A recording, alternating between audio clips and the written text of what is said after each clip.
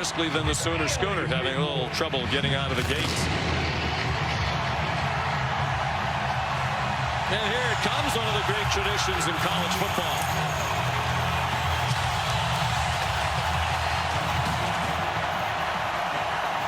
And after a losing season last year, 6-7 campaign, second in the last 3 years for Oklahoma, these fans believe their team is much better this season. We welcome you to the All-State kickoff. Sean McDonough along with Greg McElroy. In fact, both of these teams coming off losing seasons, each 3-0 so far this year. And it feels like in this conference, if you're going to have the season you hope to have, this is the kind of game you need to win. Both quarterbacks have been terrific. In the case of John Mateer, what makes him so great? He is so good when a play breaks down. I think he's probably the best in college football through the first 3 weeks. Just when the defense calls the perfect play and everything's covered, you think they won, he breaks contain and turns something magical into the play. He's been terrific all throughout. He's so competitive, and he'll be up against a terrific pass rush today for the Auburn Tigers. He's been perhaps the best player in college football so far this year. He's the successor of Jackson Arnold. Jackson had a tough year here last year. Was not a very good team around him on offense. The coaches hoped that he would stay and compete with a transfer portal quarterback to keep the job as the Sooner signal caller. He decided to leave before he knew Mateer was coming here. And Hugh Freeze is delighted to have Arnold. And he's still a very talented young man. At this point of his development, though, it's his legs that make him very difficult to defend. He is really good and broke down Baylor just a few weeks ago. 137 yards on the ground in that game. So you got to be mindful of him taking off at any point and creating explosives in the run game. Here's Molly McGrath down on the sideline with Auburn coach Hugh Freeze. Coach, what kind of emotions have you seen from your quarterback Jackson Arnold today ahead of facing his former team? He's mature, flat line, focused, ready to execute each given play to the best of his ability. He's in a good spot. All right, thank you, Coach. Absolutely. Sean. He was not the starter for Oklahoma last year when these two teams met at Auburn. He had been benched the week before. This is the fourth meeting all time. Oklahoma won that game, the loveliest village on the plains, last year. Auburn had a late lead, but Oklahoma scored the last 17 points of the game in the final 8.5 minutes. The other two Oklahoma wins in this rivalry were in Sugar Bowls after the 2016 and 1971 seasons. This is the All-State kickoff.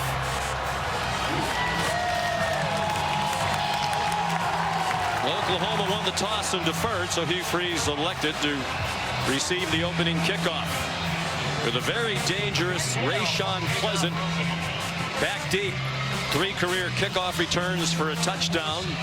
One in their opener. Very impressive win at Baylor. That came in the third quarter.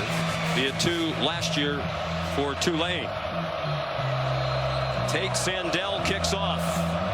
Temperature near 90 degrees. Just outside of Oklahoma City. Very little breeze to speak of as the left-footed Sandell gets this one underway.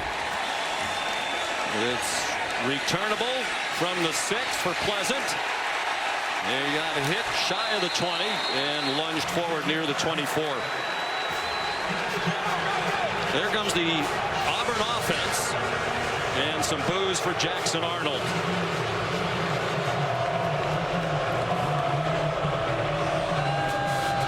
He started 10 games over the 2 years that he was here. Coming out of high school in Denton, Texas, is one of the top recruits in the country. 9 of those starts last year, they went 5-4. 70% completions so far under this RPO offense of Hugh Freeze. And he's not turned the ball over. Given plenty of time by a veteran offensive line. He slides down with a short gain. They'll mark it where he started to slide at the 25 for a gain of 1. That's going to be very important throughout the game for Auburn. If nothing's there, Jackson Arnold has to be decisive. This is a great defense at all 3 levels. Can't hold on to it too long. If it's not there, get north and south, see what you can create with your legs. Jeremiah Cobb is the running back. And he shifts to the left hip of Arnold.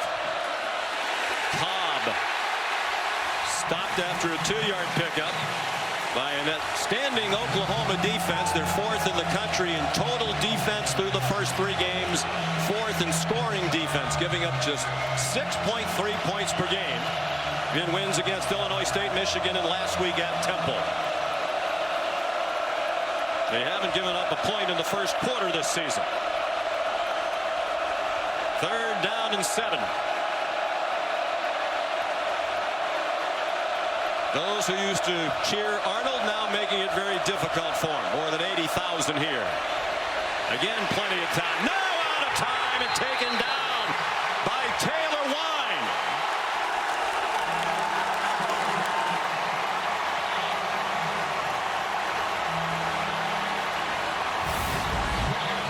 And Wine just crashes to the inside, but Arnold has got to understand that the pressure is coming. He's holding it forever, looking forever. There's nothing downfield, and it results in a sack. The ball's got to come out quicker. This pass rush is too relentless. 2.5 sacks on the year now for Wine. Hudson Cock punts. Isaiah Satania. There's a flag down. He's down at the 40. Tackled by Kayan Lee. So a 3-and-out for Arnold. Let's find out what the penalty flag is all about from our referee Jeff Heiser, leading this Southeastern Conference crew. During the return, illegal block in the back. Receiving team number 12. 10-yard penalty. 1 minute. You're standing. 50-yard punt, and the penalty will back up the Sooners. Here's John Mateer. Those 944 passing yards, 3rd most by an Oklahoma quarterback through the first 3 games of a season. Surpassed only by Josh Heupel in 1999 and Baker Mayfield. Second you watch that young man, his competitiveness just jumps off the tape. Never gives up on the play, runs incredibly hard, was a 3-star prospect coming out of high school, and really plays the game with the chip on his shoulder. From Little Elm, Texas, in the Dallas-Fort Worth area near Frisco, about a 3-hour drive from here. Hands it off to Torrey Blaylock, the true freshman who has emerged as their leading running back off a 100-yard game, first of his brief career in the win, 42-3 at Temple. I think Blaylock's been a tremendous surprise for offensive coordinator Ben Arbuckle. Such speed, it's been on display all throughout the first 3 games. Just 18 years old.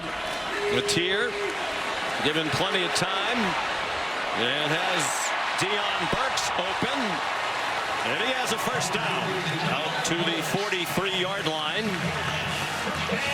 Burks, one of those receivers Jackson Arnold wishes he had last year. He missed much of last year due to injury.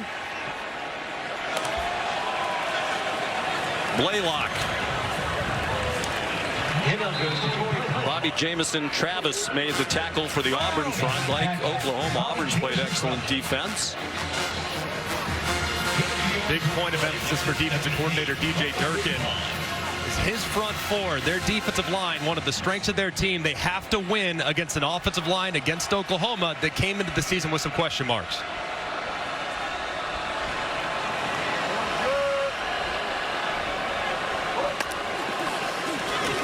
Mateer under pressure. Takes off running. And walk the tightrope along the sideline. They're going to give him the Auburn 49, about 2 yards short of the first down. That's what Mateer does. As soon as you think the defense is about to make a play, he breaks contain and makes it 3rd and manageable. The Auburn coaches said he's really more dangerous in those scramble situations. Blaylock lowered his head, did not get the first down. Robert Woodyard and Kensley Ledore-Faustin there, 2 of the stalwarts of this Auburn defense. DJ Durkin's defense is going to try to stop a 4th and 1. I like going for it here in plus territory, and I want John Mateer to run it. Oklahoma, coached by Brent Venables, has not been a team traditionally that goes for it a lot in plus territory, but I like it here with their quarterback run game. And that's what you would expect They're trying to spread out Auburn, give him some running lanes. He finds one outside for a first down. Xavier Atkins made the tackle. 8-yard pickup. DJ Durkin knew the quarterback run was coming. They still couldn't stop it. Just a great job of Mateer getting to the outside. Running out of time. He throws it. Burks is open. It's over his head. Mateer had to throw it under duress. Mateer admitted that he really wasn't that fast growing up. He wasn't a guy that used his legs very often, and during COVID, he trained on a hill. He said, I watched Derrick Henry tape, and I wanted to get faster, so I started running up a hill next to my house, and he feels like that's what has allowed him to become a much faster player. Certainly paid off so far for the Sooners offense.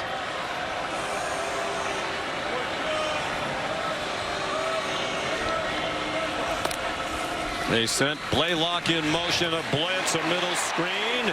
Satania lost the football. Auburn has it. So far, no whistles. Mateer, the only man who can stop Kayin Lee, and he does not. Touchdown, Tigers.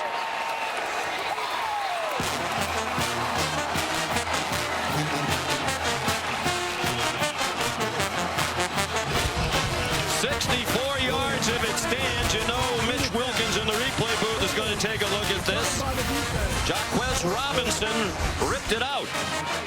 Right there, the ball's starting to come out. Did he ever secure the catch? It looked like his backside was down, but the ball was coming out at that point. But did he secure the catch, make a football move? Because that's what needs to be determined if you're going to call this a fumble.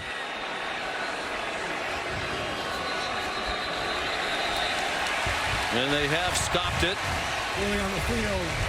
I guess the question is he down there? Is his backside on the ground? I think he secured the catch. Let's bring in Matt Austin, our officiating expert. Ball's kind of swirling around there, Matt, but let's yield to the expert. What do you think?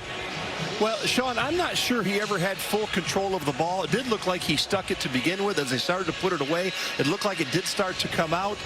This is going to be a very subjective call by the replay official, because the ruling on the field is it was a catch and a fumble, and it's going to be a little difficult, I think, to determine if he did stick the ball, have full control of it, and then went down and fumbled the ball before he hit the ground. Hugh Freeze explaining what he saw, hoping that the call on the field stands, and that is to his team's benefit. If they can't fully determine if this was in fact a catch and then a fumble. Looked like initially kind of bobbled it, but as he's bringing it down with that left hand, it did look like he might have had just enough. And of course, it has to be indisputable video evidence beyond all doubt to overturn. And it's just so tough to tell if he did in fact secure that catch before the ball's coming out. Well, I guess the other part of this, Matt, would be if it is a catch, was he down before he fumbled? And it doesn't look like he was, because his backside is on top of the Auburn defender. Or does that make him down? Well, no. If he's on top of the defender, he's not down. But they have to make sure that none of his leg, his knee, his shin, anything like that touched the ground before it came out. Just based on everything, I just don't know if there's enough to overturn the call. I think it's very, very close, and catch no catch is a tough one to diagnose, but it looked like he secured it. Looked like the ball was coming out before he was down on the ground, and would not be that surprised if this gets upheld. And it does become a time when, if it's indisputable video evidence to overturn it, how come it's taking so long? There it is in real speed. See why it's such a tough call for the officials. And Matt, ordinarily in that situation, right, they let the play go. You can always go back and fix it later. But yeah, absolutely. You know, part of the catch process is have the ball for. After further review, the ruling on the field, incomplete pass. It'll be full again. I actually like that overturn, because I don't think he ever completed the process. Yes, he had it for a second. I don't think he ever really had control going to the ground. You got to have it for a certain amount of time. You have to make a football act, time to turn, tuck the ball away. I don't think he had time to do it. I think that's a good overturn. Yeah, but by the time, as he was making a football move, taking steps while trying to catch the balls. We saw at the beginning right around here, the ball starts to slide around.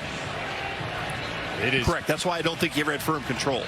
Yeah, it's bang bang for sure, and a fortunate one there for the Sooner offense. A huge break. Of course, last year was a defensive touchdown at Auburn that turned the game in favor of Oklahoma. Hugh Freeze's team had a 21-10 lead in the fourth quarter.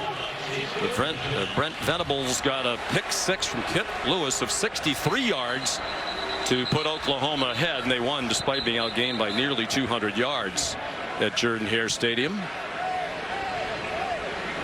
Well, the review took a very long time, and now the officials are having a tough time getting it started up again. So it's 3rd down and 10 at the 40-yard line.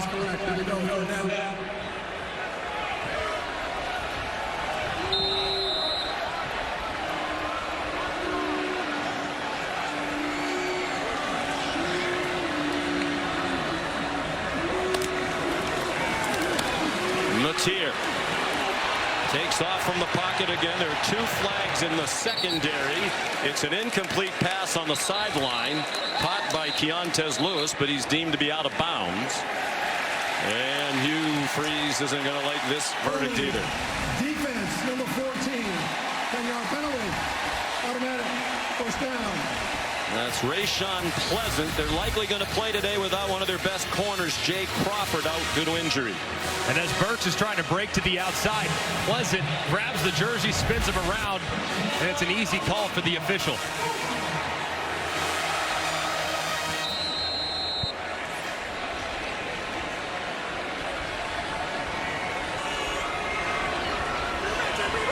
They're at the 30. Crowd gets very silent, and now another flag. Flag before the flag.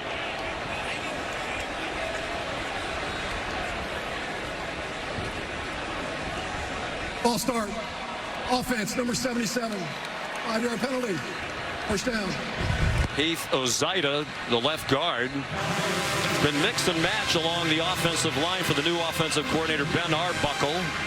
The offensive line was a disaster last year. They think it's much better. They brought in some transfers. They only have 1 player who's started all 4 games at the same position. That's the right guard, Febechi Wiwu. Matier lunged ahead for a yard. Xavier Atkins made the tackle. Big question throughout this game is just how good has Oklahoma's offensive line become. This is one of the better units in the SEC along the front for the Auburn Tigers, and so far they've been pretty good at the point of attack. 10th play of the possession. It's been drama-filled. Matier to the sideline, and Satania couldn't make a one-handed catch. Well, DJ Durkin certainly believes his defensive front is outstanding. He thinks this might be the best defense he's ever coached. The headliner up front is the preseason All-American Keldrick Falk.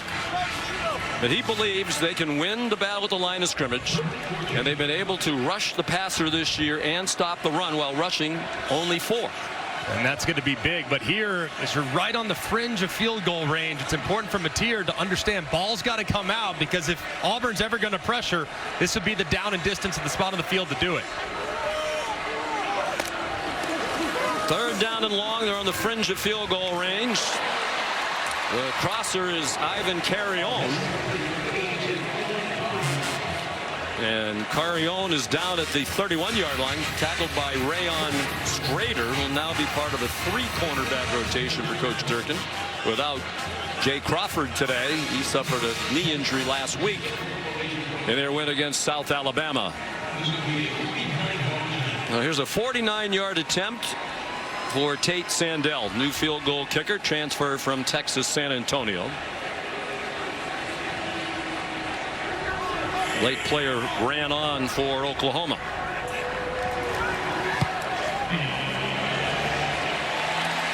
And it is good. Some good fortune early for Brent Venables. Hugh Freeze will likely be dialing the conference office at some point in the next day or two. defensive touchdown taken back when that was ruled to be an incomplete pass. And the Sooners wound up with 3.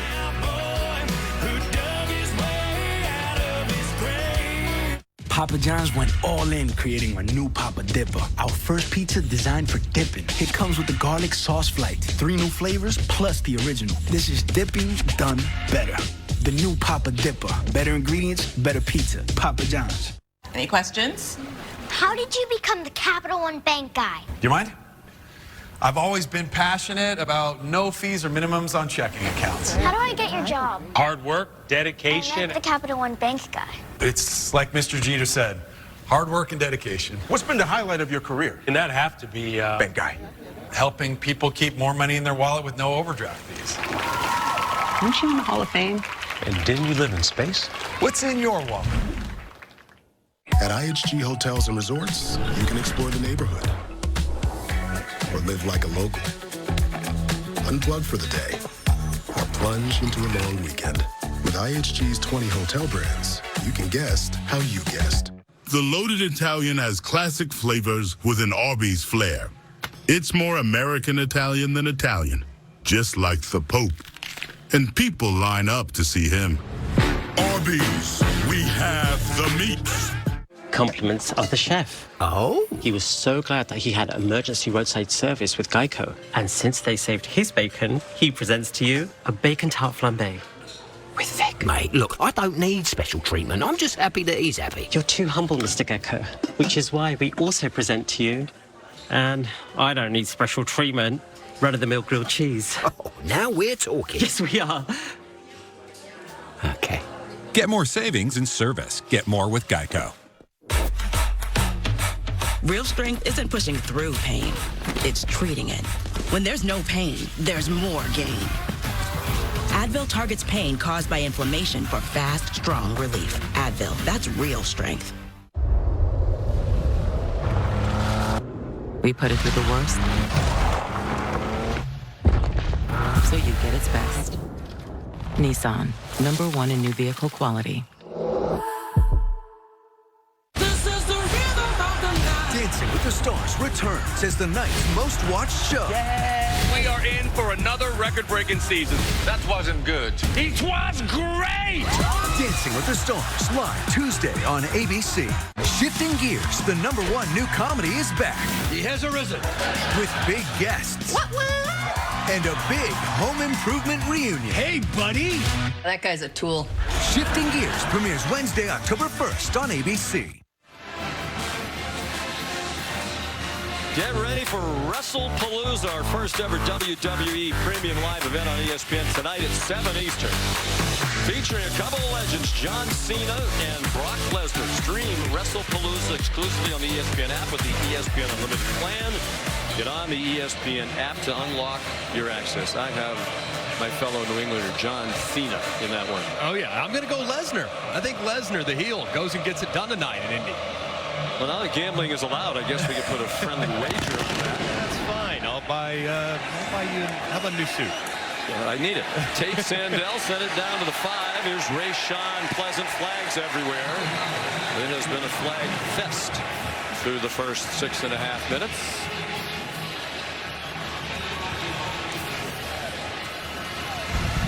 During the return, illegal block in the back. Receiving team number 32. Penalties half the distance to the goal. First down. So here comes Jackson Arnold for the second time today. Molly?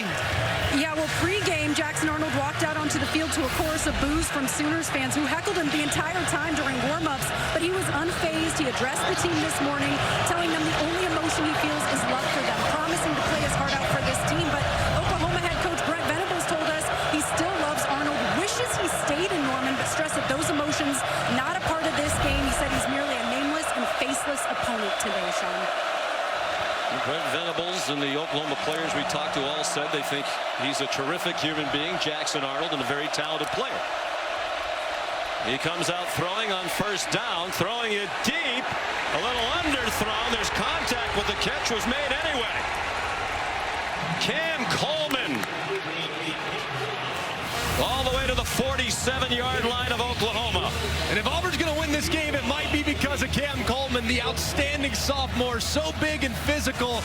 It's going to be hard for Auburn to run the football against this great defensive line, so you got to take some shots over the top, and Coleman reels one in. How was there not a flag on that? It was clearly contact before the ball got there. 46-yard gain. Coleman is a big playmaker. Arnold almost threw an interception. Peyton Bowen got his hands on it. And man, very fortunate here is Mateer. Look at the eyes of Bowen and how he drifts right out underneath that in-breaking route. If the throw was maybe a little more accurate, it would have been an interception. But Bowen over pursued, and a fortunate one there for Jackson Arnold. Who has now thrown 225 straight passes without an interception. That is the longest active streak in the country by about 50 pass attempts. It was very nearly over. Throws it out wide, and that's off the hands of Eric Singleton. An incomplete pass to the transfer from Georgia Tech. One of the great pickups for any team out of the transfer portal. 3rd and long.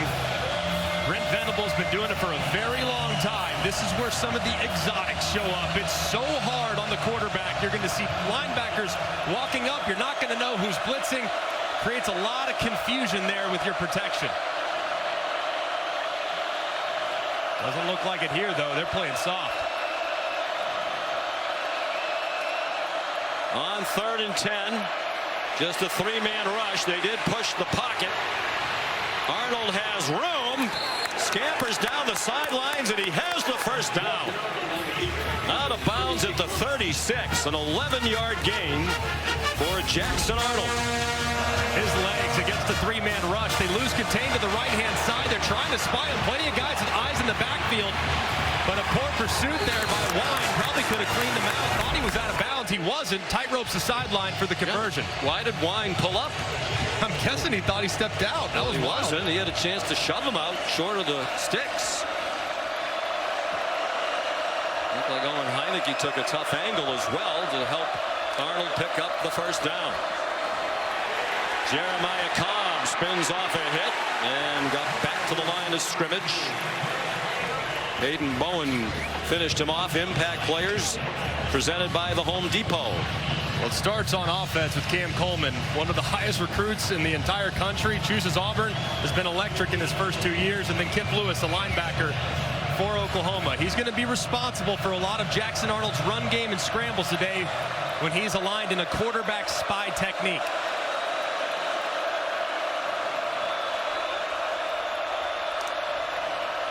Sixth play of the drive.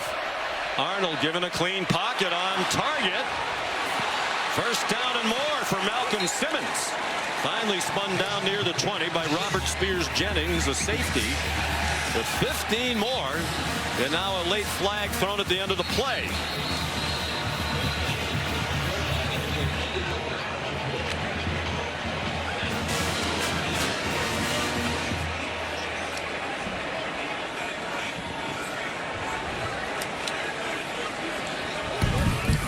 After the play is over, personal foul, face mask, defense, penalties half the distance to the goal, automatic first down.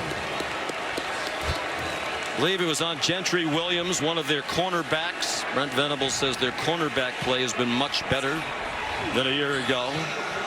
One of the interesting sidelights of this matchup today, Venables, the head coach, calls the defenses, and Hugh Freeze, the head coach for Auburn, calls the offensive plays. You don't see it very often when the head coaches are the play callers going head-to-head.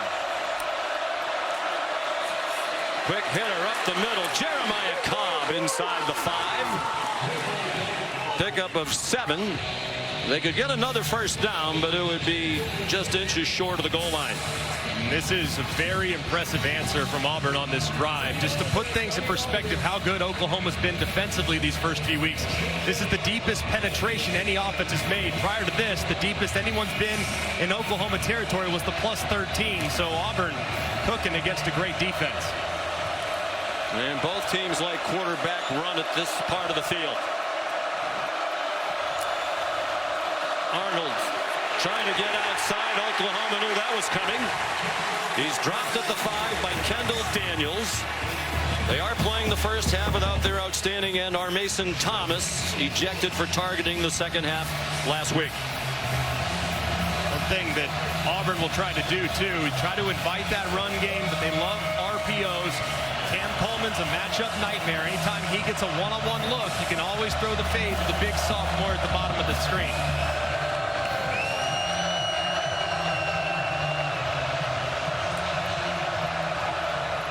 Auburn was dreadful in the red zone last year. They've been perfect this season.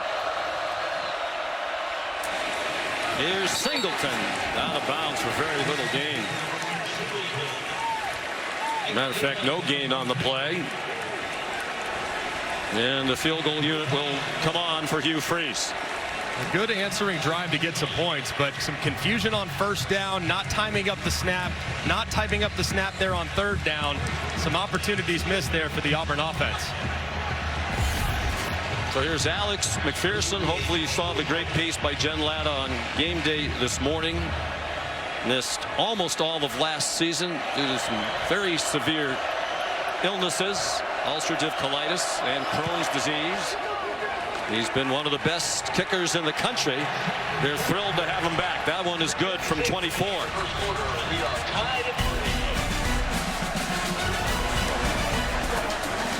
3-3 tie. Just under 4 minutes to go in the opening quarter. At Burger King, you write the rules of value. You rule number 10, I mix and match my way. There's 7 tasty items, and I can get 2 for $5 or 3 for $7. That's all up to me. The $5 duo or $7 trio. From Burger King classics to fan faves. Choose your deal. What you doing, Zach? My T-Mobile home internet is so good. I wish I could tell the whole world. Zach, go right ahead. T-Mobile's got home internet! T-Mobile's got home internet! It's just $35 a month, guaranteed for 5 years. 5 years. I'm switching! Whoa, that's 2! T-Mobile's got home internet, just $35 a month, and it's guaranteed for 5 years. Right now, 14 people are waiting for you to join the call. Your camera's on. And lead it. We can see you. Never too greasy, never too spicy, always delicious. Hormel pepperoni, boldly irresistible.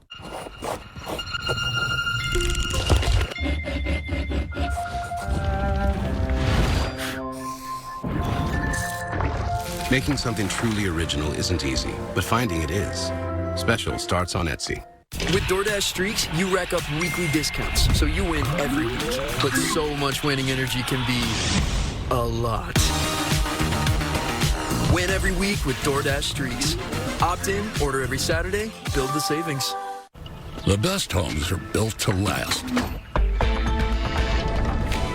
Hardy Siding stands strong through it all and leaves a lasting impression. James Hardy, what the best are made of. With NFL Sunday Ticket and YouTube TV, Jason Kelsey can watch every game every Sunday, all in one place. But how much NFL in one place can he handle? Yes!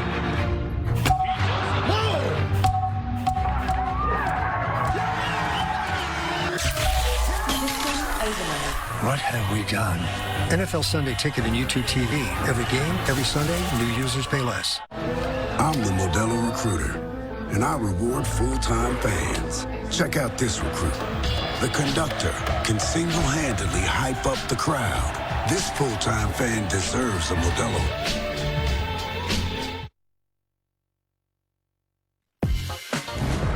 SEC on ABC College Football is presented by Burger King. You rule. The Sooner Schooner made its first appearance September of 1964. One of the great traditions in college football ever since. I remember working with Mike Gottfried when he told stories about coaching Kansas, coming here, being the homecoming opponent. He was actually worried about the health of the horses because Oklahoma scored so many points. Something tells me they get plenty of running with what offenses we've seen over here in the last 15, 20 years. Off the charts good on that side of the ball. So a 3-3 game. The first points given up by Oklahoma in the first quarter this season. They've given up only 19 total through the first 3 games. That was the fewest through 3 games since 2009. Connor Gibbs is the kickoff man, with McPherson still working his way back to full strength. Alex McPherson said he started to feel unwell late in the 2023 season. In April, he got diagnosed with ulcerative colitis, lost more than 50 pounds, had his large intestine removed. Now his small intestine, to compensate, pokes out of his side. They mentioned on the feature this morning his left side, so the ostomy bag that he has to wear does not interfere with the kicking. Gradually gaining weight back, and his leg getting stronger. And Hugh Freeze says he thinks they might be able to try a 50-yarder today. His previous long so far this year's 34. Here's Jaron Kanik, the outstanding tight end, for 9 yards on first down.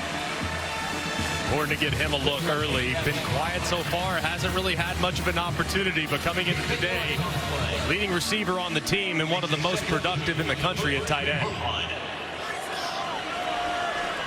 Tier 3 out of 6 passing for 20 yards. It's a reverse. It's Isaiah Satania, and that salty Auburn defense drops him back at the 29 for a loss of 4. Led by Sylvester Smith, a sophomore star from Munford, Alabama. And great pursuit here. It looked like it might be made in the backfield, but Auburn staying at home and collecting Satania on the misdirection.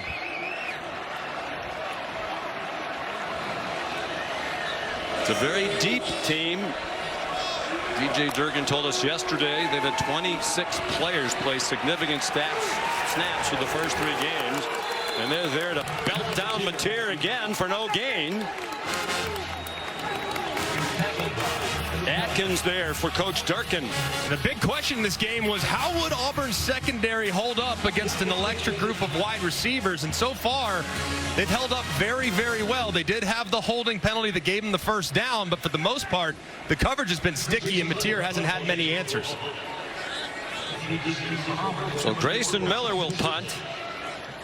He was the backup when the season started behind Jacob Ulrich, but Ulrich suffered an injury. Miller got the chance, and he's been terrific, averaging 49 yards per punt in the last 2 games.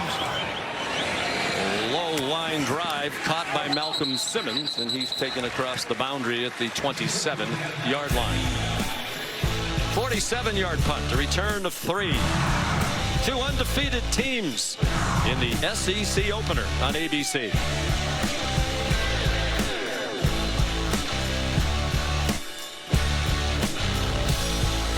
Hey, Adam. Hey, sorry I'm late. I was getting the cake. This Adam is on WhatsApp. Everyone here? Yep. Everyone on the WhatsApp group got the event invite and the location change. Great. This Adam is not. Is everybody here? No one showed up. Well, I texted the group. We moved it to your place. But with all the RSVP texts, no one noticed the location change. This party was a huge. While this one was just a tiny. Surprise! Surprise! Sorry, Larry. There's no one hiding. Oh. Drop whatever you're doing right now. The Wendy's $8 JBC meal deal is here. That's 2 junior bacon cheeseburgers, medium fries, and a medium drink. So you better be on your way. Bacon waits for no one. The #1 deal for the #1 bacon cheeseburger, gotta be Wendy's. This baby hits 88 miles per hour. You're gonna see some serious...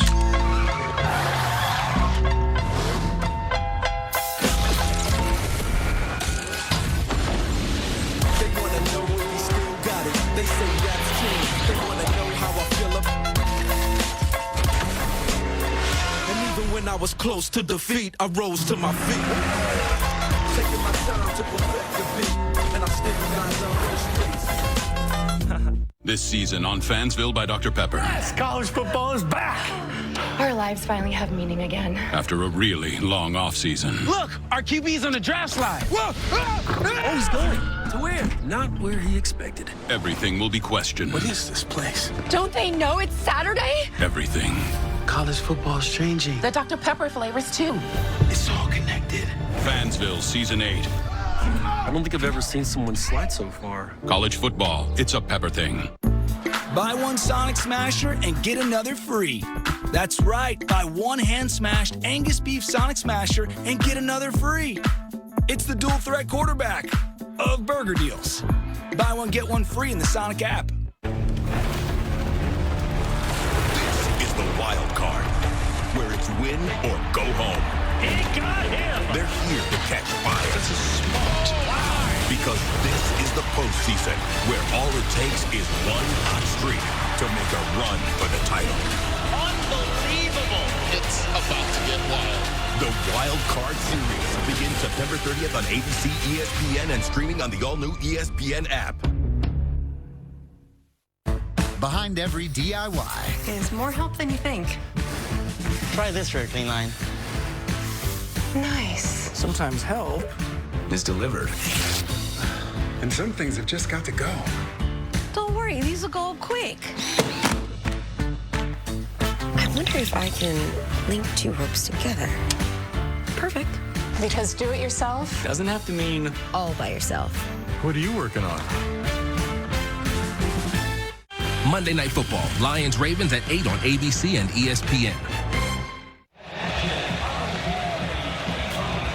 There's the Taco Bell Live Más student section. Only one student section can claim the title of Live Más student section of the year. Who will take home the trophy this year?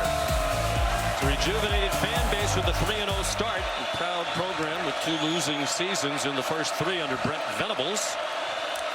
We're tied at 3 under 2 minutes to go in the opening quarter. And it's Damari Alston, a veteran running back, who has missed the last couple of games with a shoulder injury, back in action in a pickup of 1. Jackson Arnold, one of the top recruits in the country, number 3 overall, coming out of Denton, Texas. Behind Malachi Nelson and Dante Moore, a couple of fellow quarterbacks. 1 year as the backup to Dylan Gabriel. He started the Alamo Bowl, lost to Arizona, but he was prolific in that game. Then 9 starts last year. They went 5-4. He transferred to Auburn. And he is wrapped up and taken down by one of his former mates, Owen Heineke, the redshirt junior from Tulsa, in a transfer from Ohio State. And a great job here protecting initially as Heineke is coming right up the middle. But Arnold, that ball's got to come out. He tries to take off just a little bit too late, and Heineke makes the play. Key for both defenses, discipline in your rush lanes, because you know these quarterbacks are going to pull it down and take off with regularity. 3rd down and 11.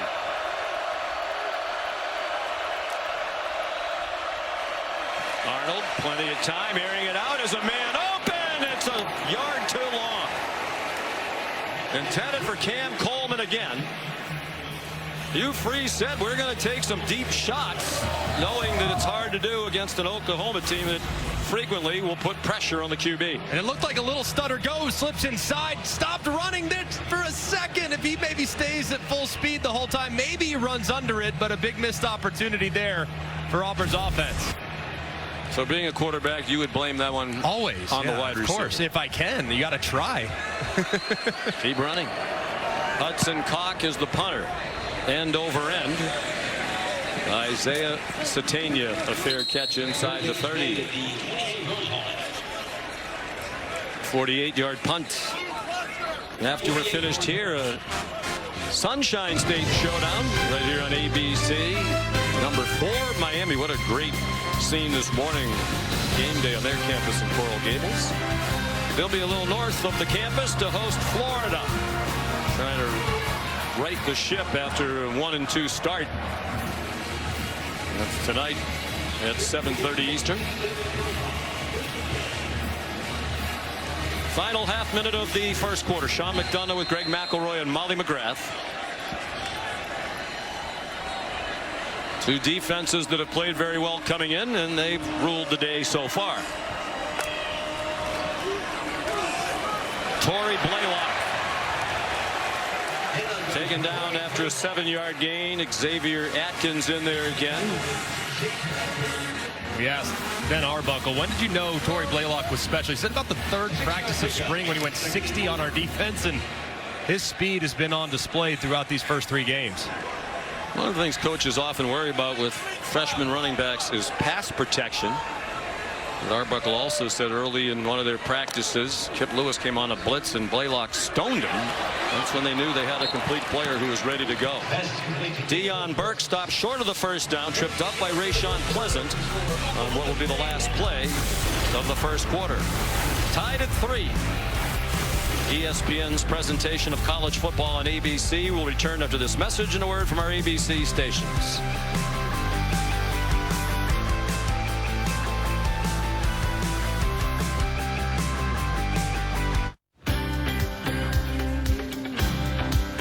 I like things personalized, like my coffee. So when my doctor prescribed Vyvgart Hytrulo self-injection for my generalized myasthenia gravis, we personalized my treatment goals. Vyvgart Hytrulo can improve daily abilities and reduce muscle weakness. It's my treatment, my way. Vyvgart Hytrulo for Weekend Away Steve. It's travel ready and can go where I go.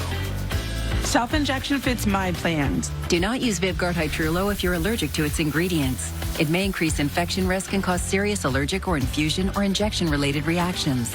Tell your doctor if you have an infection, fever, recent or planned vaccinations, allergy history, or kidney problems. Most common side effects include respiratory and urinary tract infections, headache, and injection site reactions. My Vyvgart Hytrulo self-injection. Reducing my symptoms. That's treatment my way. Ask your neurologist about Vyvgart Hytrulo. This sandwich, it's a complete game changer. Hello, this is Mike, and a little thing I love about the Chick-fil-A Pretzel Cheddar Club is that juicy chicken with that toasty pretzel bun. From the first bite to the last bite, that bun, it's crispy, cozy, just amazing. With the pretzel bun, the Dijon mustard, and the chicken, you have those 3 things together, and it makes that sweet, savory kind of combination. It's everything that you love about food rolled into one. It looks phenomenal. It tastes great. It's delicious. Real guests paid for their testimonial.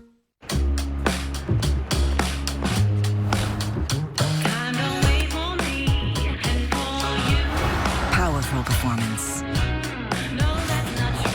Seamless technology. And refined luxury. Some things are just too important to miss out on. The GLE and GLE Coupe from Mercedes-Benz. You give Morgan Guillory a puzzle, she won't stop thinking about it until it's solved. I'm Morgan. I work with the cops. I see the world a little differently. Did you just try and chase after a sports car? It was an instinct. This might be the best day of my life. Welcome back. Hey, Dirty, what? Give me what you got. Guys, this year's going to be... You know, guys, I still think it's going to be a great year. I like the way you do that right there. French toast nibblers or breakfast nachos? Actually, I was thinking about heading out only because I want to beat the traffic. The best part of the sleepovers the next day. I was going to throw the games on. You're a Notre Dame guy. I'm from Texas. Winners never compromise. What? Yeah. I mean, how can you call yourself a sports fan without Xfinity? You got multi-view. The best college and pro games all in one place? I'm not going anywhere. You ever tried pancakes and guac? You're about to. Yes, let's go. I got a little recipe that I can't tell you, but I think you're going to be happy. Next, Kelly with Jonas Brothers.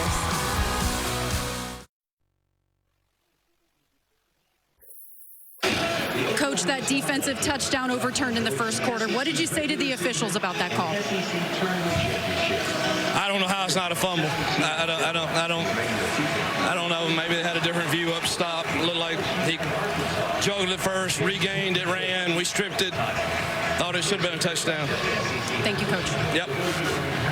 That was Hugh Freeze with Molly a moment ago. What would have been a 64-yard fumble return for a touchdown for Auburn. A 7-0 lead was overturned after a lengthy delay. I agree with Hugh Freeze. It looked like to me, while it wasn't tucked into his body, it didn't look like the ball was moving. So I can understand from his vantage point why he thought it was a catch and then the ball was stripped and returned to the house. Taking a couple of deep shots. A lot of teams don't try that very often against Oklahoma. He said sometimes he thinks their secondary can get flat-footed. They completed one big one, had another man behind the defense and missed on the completion. Leg in. Kicking team. 5-yard penalty. 4th down. So Grayson Miller will punt again after the 5-yard walk-off. You'll see a traditional punt return unit out there for Auburn. It looked like their defense is on the field preparing for the fake. But now a traditional return unit will go back on.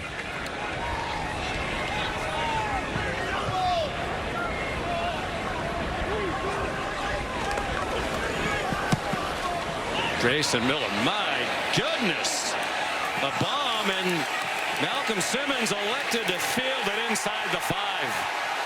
It's an epidemic of punt fielding inside the 5 around college football. It's never really been a good idea. Jaden Hardy dropped him at the 3, a 69-yard punt. Just a massive mistake from Simmons, who just, for whatever reason, just lost track of where he was on the field, tracked it all the way into the end zone, and just an enormous moment for Oklahoma. By far the longest punt of his career for Miller. Previous long was 59 in his debut against Michigan. The transfer from Central Oklahoma. So Jackson Arnold. And the Auburn Tigers backed up to the 3-yard line. They come out with a play-action pass and another long one and another open receiver and a catch. Cam Coleman with Cortland Guillory in coverage, a true freshman, good for a 40-yard gain. That's twice now, backed up with Arnold in his own end zone. They take a shot to Coleman in one-on-one, who makes a great play on the ball, securing it and reeling it in after the big completion. A little bit of Olympus. He comes off. Caught 37 balls as a freshman last year. Really came on late in the season. It's a deep and talented receiver group. Ole Miss had some terrific receiver rooms when Hugh Freeze was the head coach there. He's not ready to compare this bunch, but he says there's a chance they could be as good. They're not reluctant to throw the bombs today, and that's out of bounds, intended for Horatio Fields with Guillory in coverage again. We know that this is a very aggressive Oklahoma defense, and the way to soften them up, a little double move, a little stutter go. Perfect timing. Threatens the toes of the defender, Guillory, the freshman, and Coleman goes right behind him for a big play, and they try to go back to the well with the exact same play right after it. Not much success with downfield throwing. Last year, again, lots of injuries to the wide receiver group. Ball start. Offense. Number 76. Under a penalty. Mason Murphy, the right tackle transfer from USC, and really a dreadful offensive line that Jackson Arnold had to play behind at Oklahoma here last year. Yeah, and that's kind of been the question here these first few weeks. He's been very efficient on the underneath. He's done a great job running the ball. We know that, especially on scrambles. But the deep downfield passing attack has yet to really come on. And so far today, it's been much improved.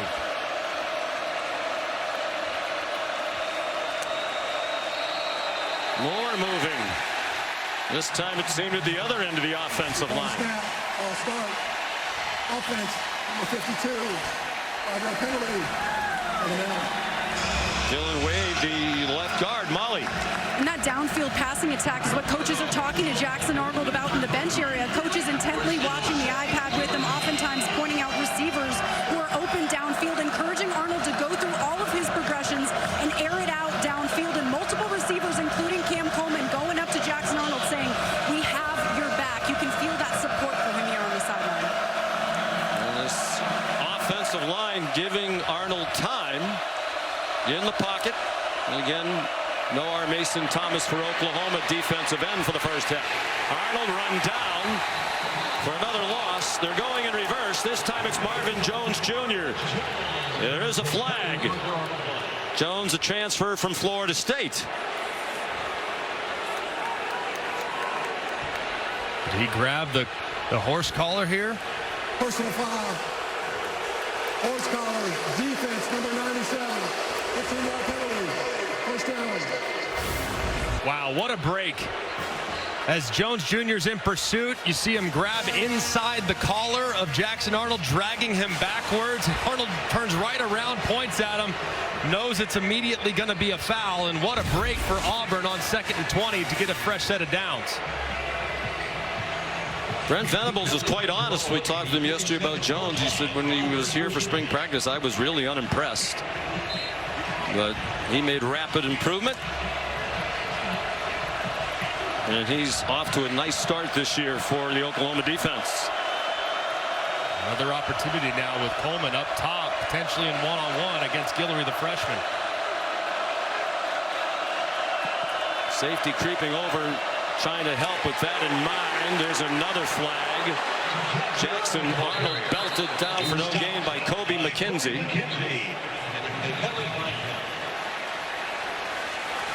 Holding. Offense. Number 77. 1-yard penalty. First down.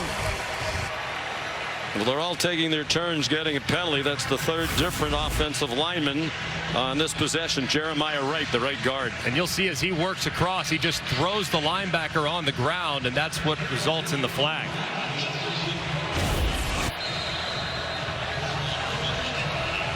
Five penalties on each team. And we still have more than 13 minutes to go until halftime. Jeff Heeser's crew not afraid to throw the flag, as we saw last week at LSU as well.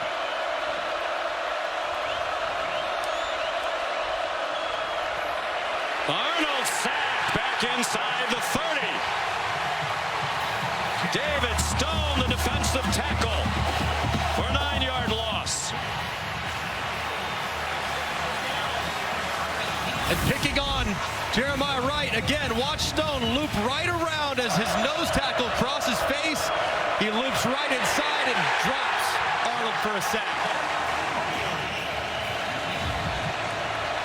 Well, Brent Venables raved yesterday about Stone. In his second year, he was the top defensive tackle coming out of high school 2 years ago. That ball is ricocheted up in the air and incomplete off the hands of Preston Howard, one of their tight ends. Kendall Daniels had a shot at the INT. Ball just a little inside, leads to the deflection, and man, it looked like Daniels was going to reel that in. Oklahoma, stunningly, for as well as it's played on defense, does not have a takeaway this season. They started the day one of only 6 FBS teams in the country that did not have a takeaway.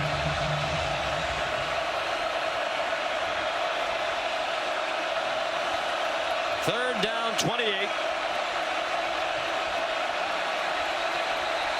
Jackson Arnold heading toward the sideline. It's going to be a timeout. What do you have for third down and 28, Coach? We'll find out when we come back. 3-3 tie in the SEC opener for Auburn and Oklahoma.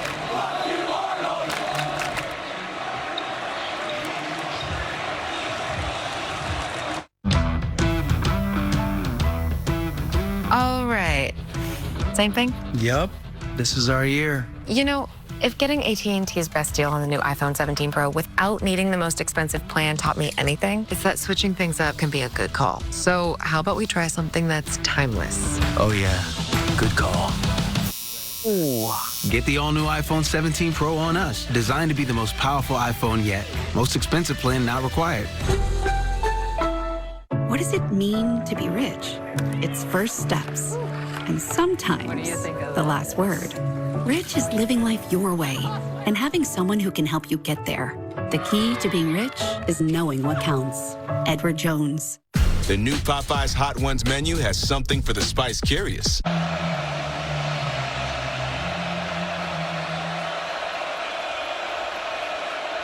Well, there apparently was not a timeout. They did stop the play for some reason, let the teams go to the sideline, but they came quickly back out. And on fourth down, Damari Alston was tackled by Marvin Jones Jr. Apparently they assessed the delay of game penalty rather than grant the timeout. Now on the 3rd and 28, what's the difference between 3rd and 28 and 3rd and 33? You might as well save that timeout. But either way, just a miserable moment there for Auburn going backwards with the penalties. Hudson Cock running for his life, and he's tripped down. Looked like his knee was down, and they're going to whistle him down back at the 12-yard line.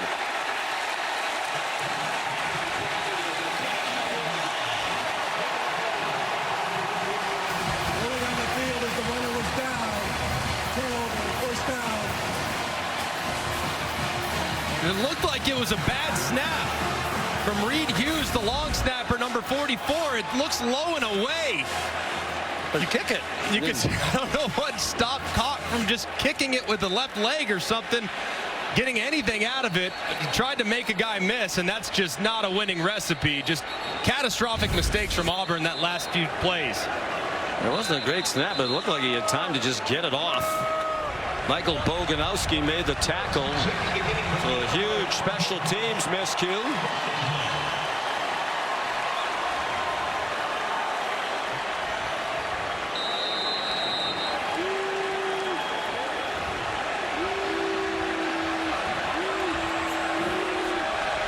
So here's Mateer with great field position. Fake the toss, trying to find room. Flags thrown. Stop us if you've heard that before today. Xavier Atkins, another tackle. Offense, number 77. 10-yard penalty. First down. Heath Ozaida, a redshirt sophomore from Snoqualmie, Washington. These offenses just can't get out of their own way right now, and Ben Arbuckle constantly playing behind the sticks against a defense that's done a pretty good job up front so far. Arbuckle's quickly become one of the rising stars in coaching. He was the offensive coordinator at Washington State for the past couple of years. Had the good fortune of Cam Ward and John Mateer as his starting quarterbacks there. Neither offense prospering at the moment. Blaylock swung down by Bobby Jamison Travis. The way these offenses are going, maybe you kick the field goal before you get out of field goal range. But Arbuckle came first, hired by Brent Venables. And then shortly thereafter, Mateer followed. Mateer has a wide open receiver. Touchdown, Isaiah Satania. Busted coverage for Auburn. And a 24-yard score for Satania.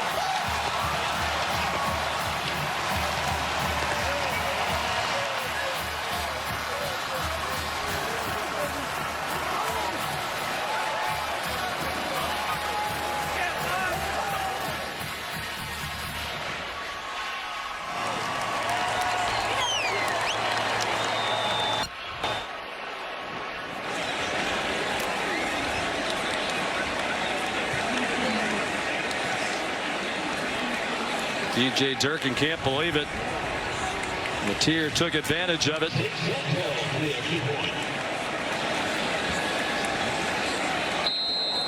Tate Sandell on for the extra point.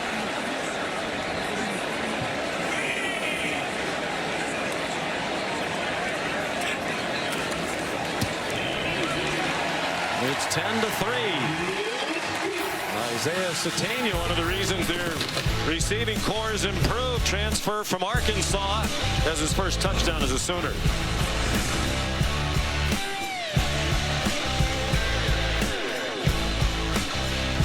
Looked like DJ Durkin was trying to get a timeout, at least get the attention of the defense to the bust.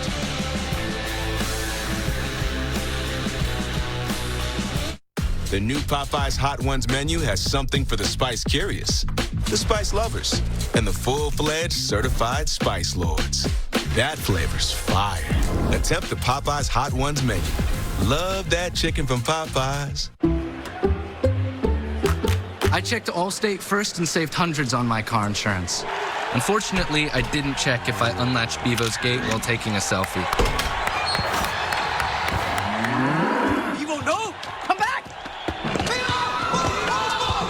Checking Allstate first was really smart. Not checking Bevo's gate, though, not smart. Well, at least I checked Allstate first and saved hundreds. Hook 'em. The Triple Dipper, only at Chili's, lets you build your perfect basket of 3 Chili's favorites, like the world-famous fried mozzarella you just gotta pull. Or go for Chili's legendary sweet and spicy honey chipotle crispers. Or why not pick the classic Big Mouth Bites drizzled in ranch? And of course, there's plenty of your favorite chili sauces to dip and dip and dip. Now that is one seriously good cheese pool. The Chili's Triple Dipper. Taste what all the hype's about. So, to recap all the AI we're adding, it's supposed to streamline our workflows. That's the idea. But adding the AI that makes everyone else's job easier to manage gives us more to manage. That's the reality. Well, that's not very streamlined. That's the irony. Any business can use AI. IBM helps you use AI to change how you do business. Let's create small to business. IBM. Shifting Gears, the #1 new comedy is back. He has arisen. With big guests. And a big home improvement reunion. Hey, buddy. That guy's a tool. Shifting Gears premieres Wednesday, October 1st on ABC. In a crazy moment a second ago, here is Satania, who looks like he's walking off the field from the previous play. They decide as soon as he walks off to try to snap it, catch him off guard. Auburn never sees him. Now let's bring in Matt Austin. Matt, tell us about that situation. Yeah, I wish I could see the player all the way to the sideline, but I can't. But you cannot use the substitution process to deceive your opponent.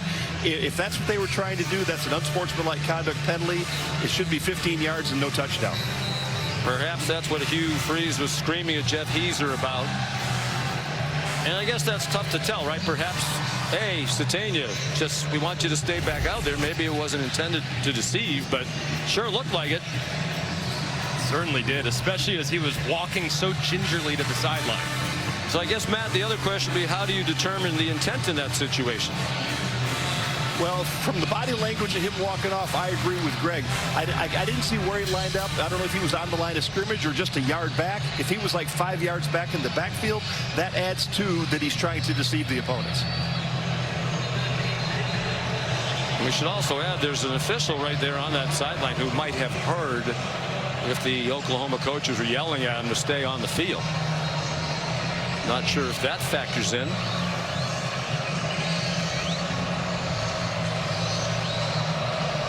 So Sandell will kick off.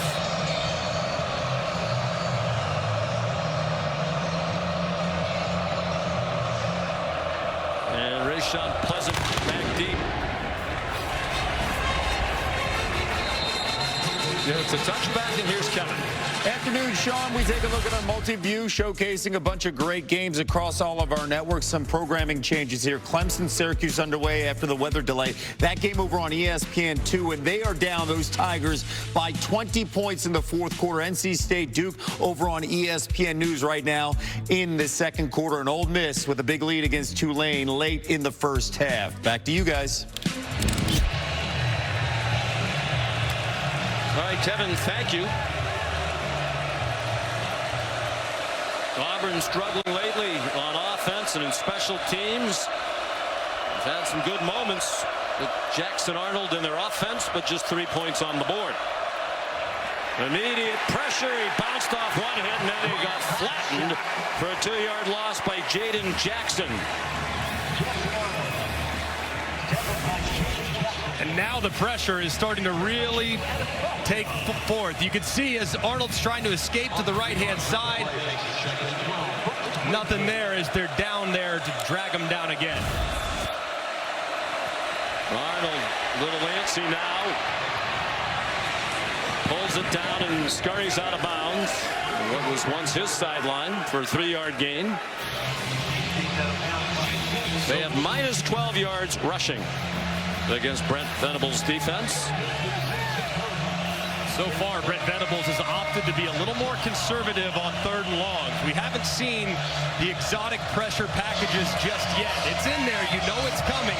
It's only a matter of time. So Jackson Arnold's got to be mindful of the pass rush that Oklahoma can bring. 3rd down 9. They're 1 out of 5 on 3rd down. Here they are with that walked up linebacker. You got to know who's coming and who's dropping out. Arnold zings it over the middle. Eric Singleton tackled immediately by Kip Lewis. That prevented a first down. It's a 7-yard gain. It's 4th down and 2. And Hugh Freeze has the punting team coming out again and hoping it's more successful than the last effort.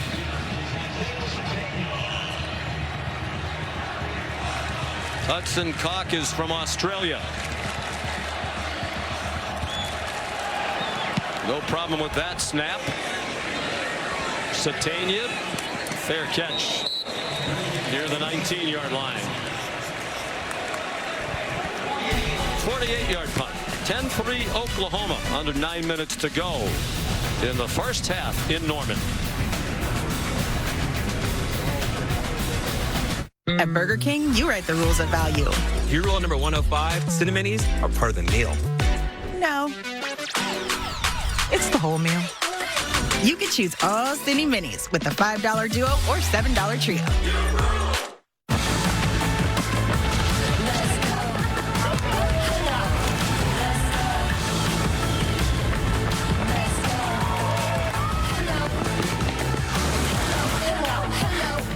Let's go. I need your help, Sensei.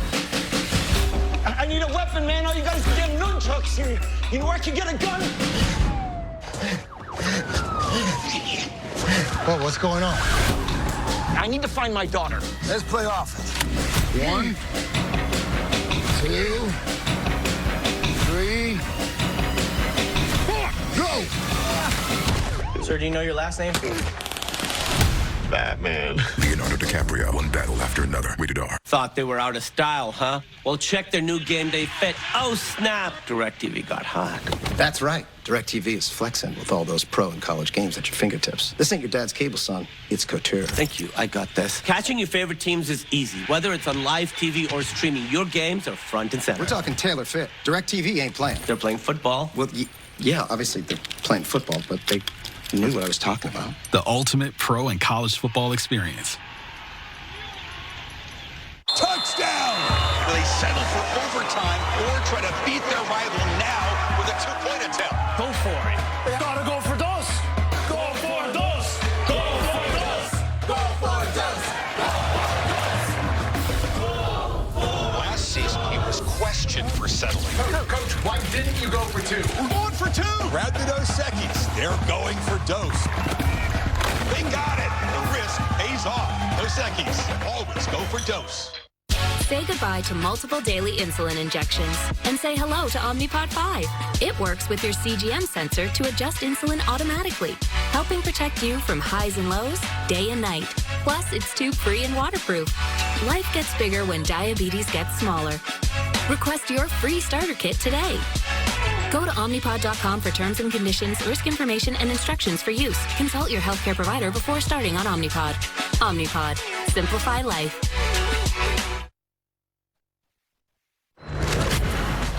SEC on ABC is presented by Burger King, where you write the rules of value. From classics to fan favorites like Cine Minis, the $5 duo and $7 trio lets you choose your deal. You rule. Okay.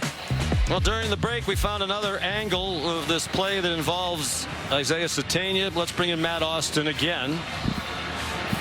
Yeah, the way the receiver's walking to the sideline, his body language says, I'm going off the field. Then he stops right by the sideline, and it's his own sideline. That's no coincidence. To me, this is a hideout play, and it should be an unsportsmanlike conduct penalty.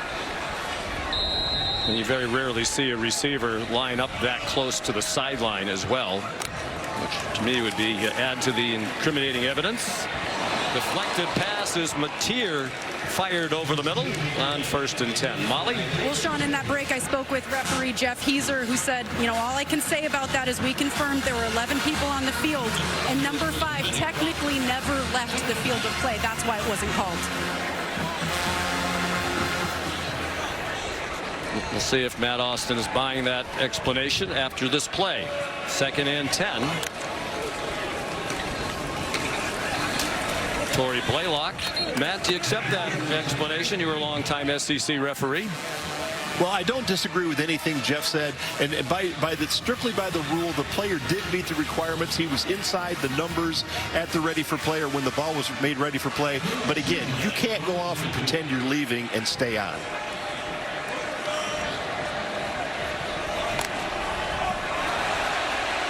On third down, Mateer, open receiver, and a great catch by Satania to hang on to it after he got belted by Rayon Strader. Offside. Defense. Results of the play. First down. And a great job by Mateer, knowing he had a free play as well. Take a shot downfield. My goodness, did Strader deliver a blow? How about Satania hanging on to it?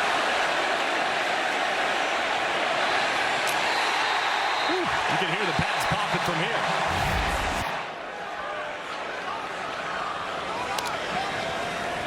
$29-yard gain. Mateer play action. Another open receiver. Another first down. Deontez Lewis had to go to the ground to catch it, or there was some run after the catch there for him. They get 19 more, and they're at the Auburn 30. Sensing that Auburn's on their heels defensively. A little tempo from Ben Arbuckle. Mateer just lost it as he pulled it away from his teammate. Wanted to keep it and run to his right. And Kieron Crawford has recovered for Auburn.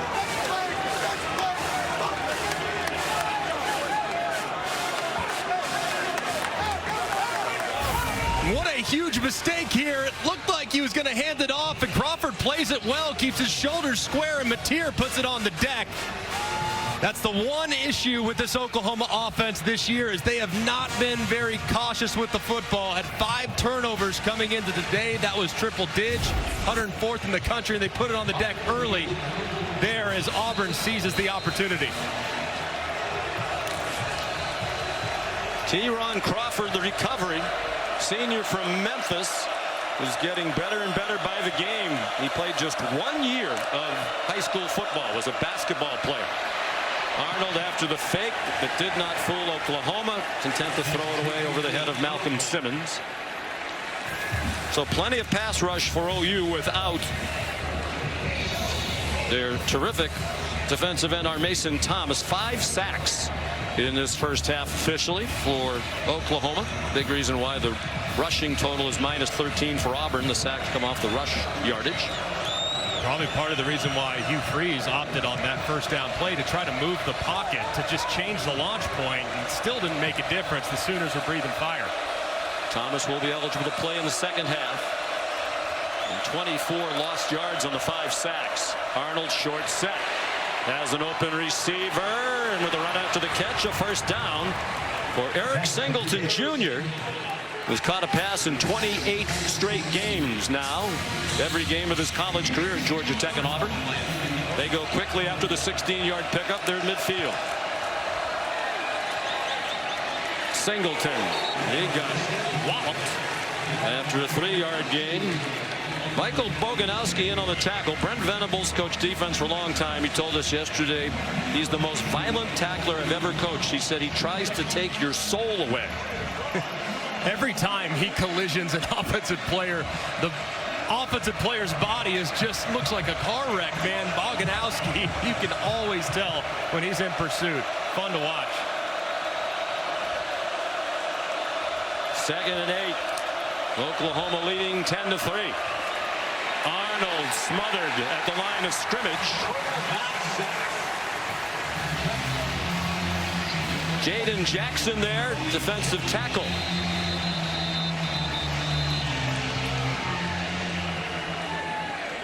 And Connor Lew, the center, is slow to get up. Those veterans on the offensive line. He's making his 22nd straight start. That's a big one, too. And Connor Lew is that stabilizing force there in the middle. And against this pass rush, his absence for a prolonged period would be significant. Loss of 2 on the last play. 6 sacks for Oklahoma.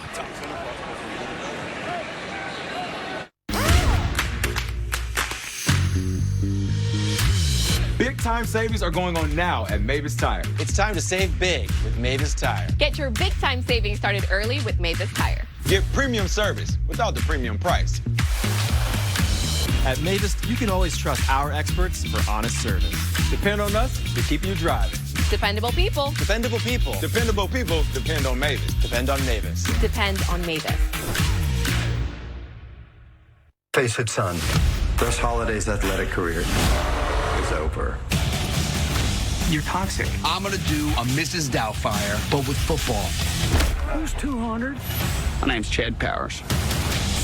He's, like, extremely ugly. Where are you from? West Virginia. If you go west in West Virginia, it's the westest of the west. Who is that guy?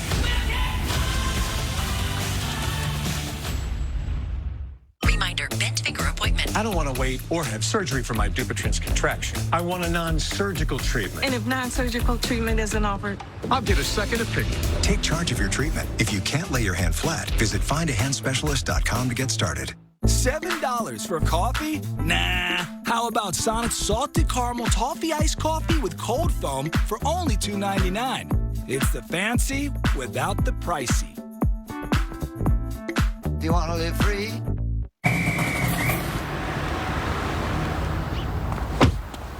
Whoa, nobody inside. I already told your buddies. A lot of violations here. Way too many occupants in a single dwelling. 8 exotic animals. That's 8 too many. And I found a pickup truck in the kitchen. That's on me. But I just got here. Back it up, Brooke. Take it up with the city, fellas!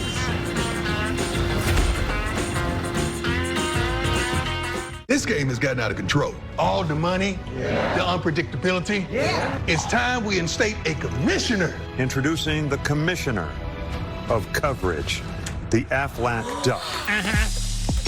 Commissioner, when health insurance falls short, who pays you cash to help with your medical bills? Aflac. The commissioner has spoken. I love that duck. Get help with expenses health insurance doesn't cover with Aflac. An official sponsor of ESPN College Game Day. Y'all can ask about it at work. I think this is your moment. Oh my God. Shark Tank, Wednesday on ABC. Tonight, John Cena, Brock Lesnar. The world will be watching. Stream WrestlePalooza on the ESPN app tonight. The Auburn center, Connor Lew, trotted off. His replacement is Cale Ellis, the youngest player in FBS football. He turned 17 in late April. In on third down. The shotgun snap was a little high, but easily handled by Arnold. And Arnold is handled for another loss. That is 7 sacks for the Oklahoma defense. Kip Lewis, the most recent.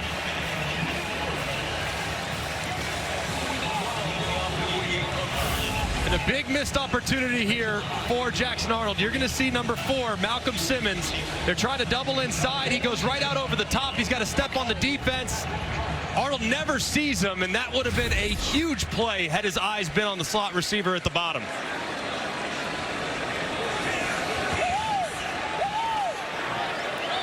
Hudson Cock. High punt, fair catch signaled by Satania. He's out of bounds.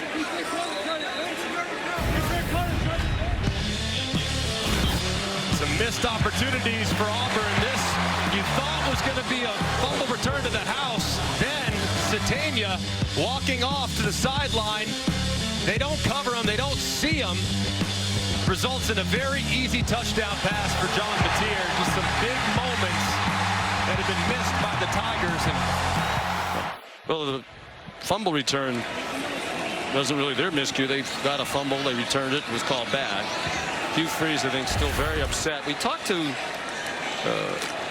Matt Austin during the last break, and he read to us the rule about trying to confuse the opposition with the substitution. Here's Javante Barnes on first down. And after he read us the rule, it's clear it should have been penalized. And Matt said it's a very hard thing for the officials to call, and they'll feel terrible that they didn't get it right, in his opinion. But it should have been flagged. It's just a big miss, and one that could have completely flipped the game. So 2 plays involving the officials. You never like to leave it up to those guys. It could have very much impacted the outcome and where we're at here, 5 minutes left in the second. In a very stagnant offense, their touchdown came on the short field after the miscue on that punt that you just saw. Mateer forced to throw it away with Keldrick Falk closing in. John Mateer, after the successes with Ben Arbuckle through the first 3 games, has emerged as the leading Heisman Trophy contender, but a long way to go. And he's going to play a lot of stout defenses as they begin conference play. All 8 SEC opponents, starting with Auburn today for Oklahoma, are ranked in one poll or the other. 7 of the 8 are in the AP poll.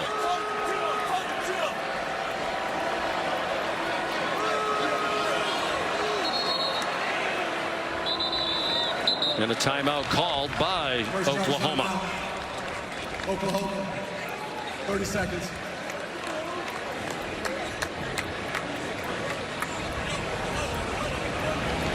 So it's time for the Aflac trivia question. Aflac. Since 1999, which coincides with when the great Bob Stoops arrived here as the head coach, Oklahoma is one of 2 FBS teams to win 90% of its home games. You want to know the other school? You know, I think it's going to be one that's off the radar. I'm going to go the blue turf with the Boise State Broncos. You had to cheat. I did not. I just think in 90. I know. Is that who it was? You pulled it off very well. Wow. I didn't cheat, I promise. Boise State. Oklahoma's 147 and 15 in that span, 90.7% winning percentage. Boise State 151 and 16, 90.4 on the blue turf. Mateer on 3rd and 10 off the hands of the tight end, Jaron Kanik, who was a linebacker the last 3 years, has made a great transition to tight end. We have to officially answer the Aflac trivia question. And we are bound to say Aflac as many times as we can while you read the answer. Love that. Hashtag Aflac trivia. Yes. It's a great staple of our coverage, the Aflac trivia question. Ohio State not far behind on that list. They've won almost 82% of their games here in the 100-year history of the Palace on the Prairie. Basin Miller's punt brought back by Malcolm Simmons. Out of bounds at the 42. Here's Kevin Nagandi. Sean, State Farm halftime report coming your way. Booger McFarland, Kevin Nagandi here with you. What is wrong with Clemson? Highlights coming your way. Big injury for Syracuse. We'll have an update. Also, Utah hosting Texas Tech and stunned at home. Notre Dame looking for their first win of the season, Boog, and this is how you start things. First play from scrimmage. I love it, Kev. Play action pass, look deep, give your guy an opportunity to make a play. He goes up, makes it, and the Irish are ringing big in South Bend. C.J. Carr to Malachi Field, 66 yards. Right now the Irish up 28-13. Sean, back to you and Greg. All right, gentlemen, thank you. Here, Norman, a defensive struggle. Jackson Arnold, quick hitter. And another lost yardage play. Eric Singleton dropped for a loss of 1 by Kobe McKenzie. 7 sacks in this half. And 9, now 10 tackles for a loss. The sack total, the most in a half for Oklahoma since they had 7 against Nebraska back in 2005. Arnold, open receiver, first down. Singleton to the 43 of OU. An 18-yard pickup. Peyton Bowen made the tackle.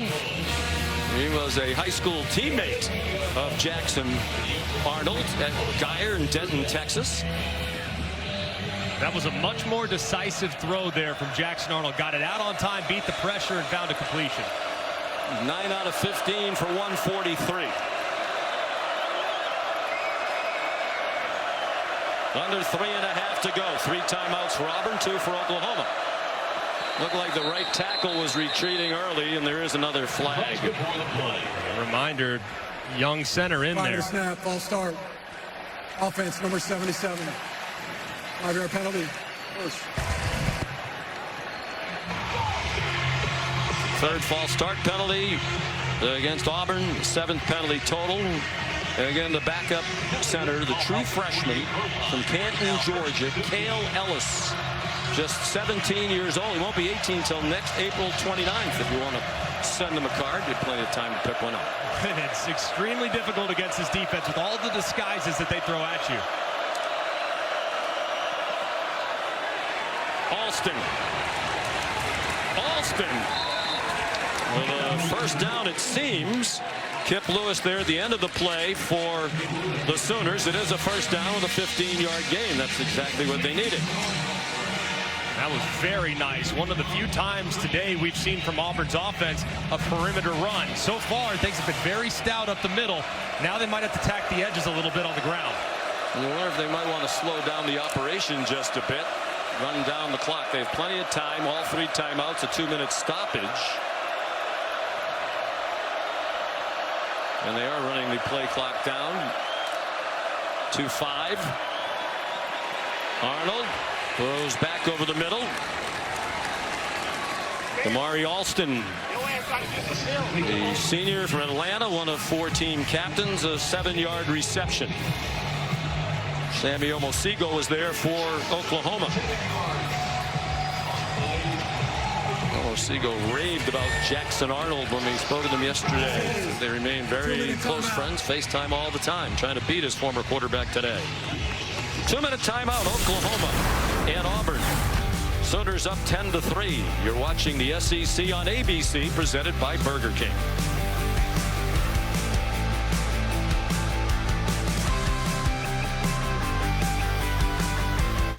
Disguises are so much fun, unless they're in your kibble. Chicken meal? That's icky birdie bits processed into powder. It's time for Fresh Pet. Wholesome ingredients with nothing to hide. Fresh Pet. The beauty of hardy fiber cement siding speaks for itself, while its strength also makes a statement. Have the home neighbors want with the #1 brand of siding. James Hardy, what the best are made of. So our wedding's in a couple of weeks. I've been thinking things over. I just needed to tell you this face to face. Oh, don't say it. You're gonna be eligible to become a member of Navy Federal Credit Union because I'm an Air Force veteran. My whole family can join, and you could get unlimited 2% cash back with the Cash Rewards Plus card. I know this is a lot. Wow. All veterans and their families can join. Navy Federal Credit Union. Our members are the mission. When you realize that you've chosen too many Italian ingredients to put on a sandwich, name it something like loaded. So people think you did it on purpose. Arby's, we have the meats. Any phone looks impressive in a shiny commercial. But does it still look impressive under your bathroom sink? Gemini, my wedding ring just went down the drain. Show me where to start. Unscrew the slip nut so you can remove the drain trap. Just make sure to put a bucket down.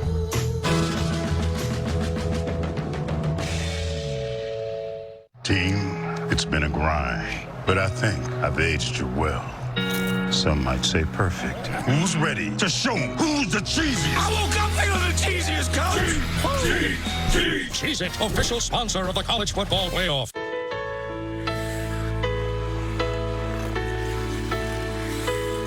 Heartburn makes you queasy? Get fast relief with Tums Plus. Upset stomach and nausea support. And love food back. Welcome back to Papa John's. For a very limited time, we've got free pizza. Yo, tell them what it is. Buy any large pizza at regular menu price, get 1 large 1-topping pizza for free. No, like free.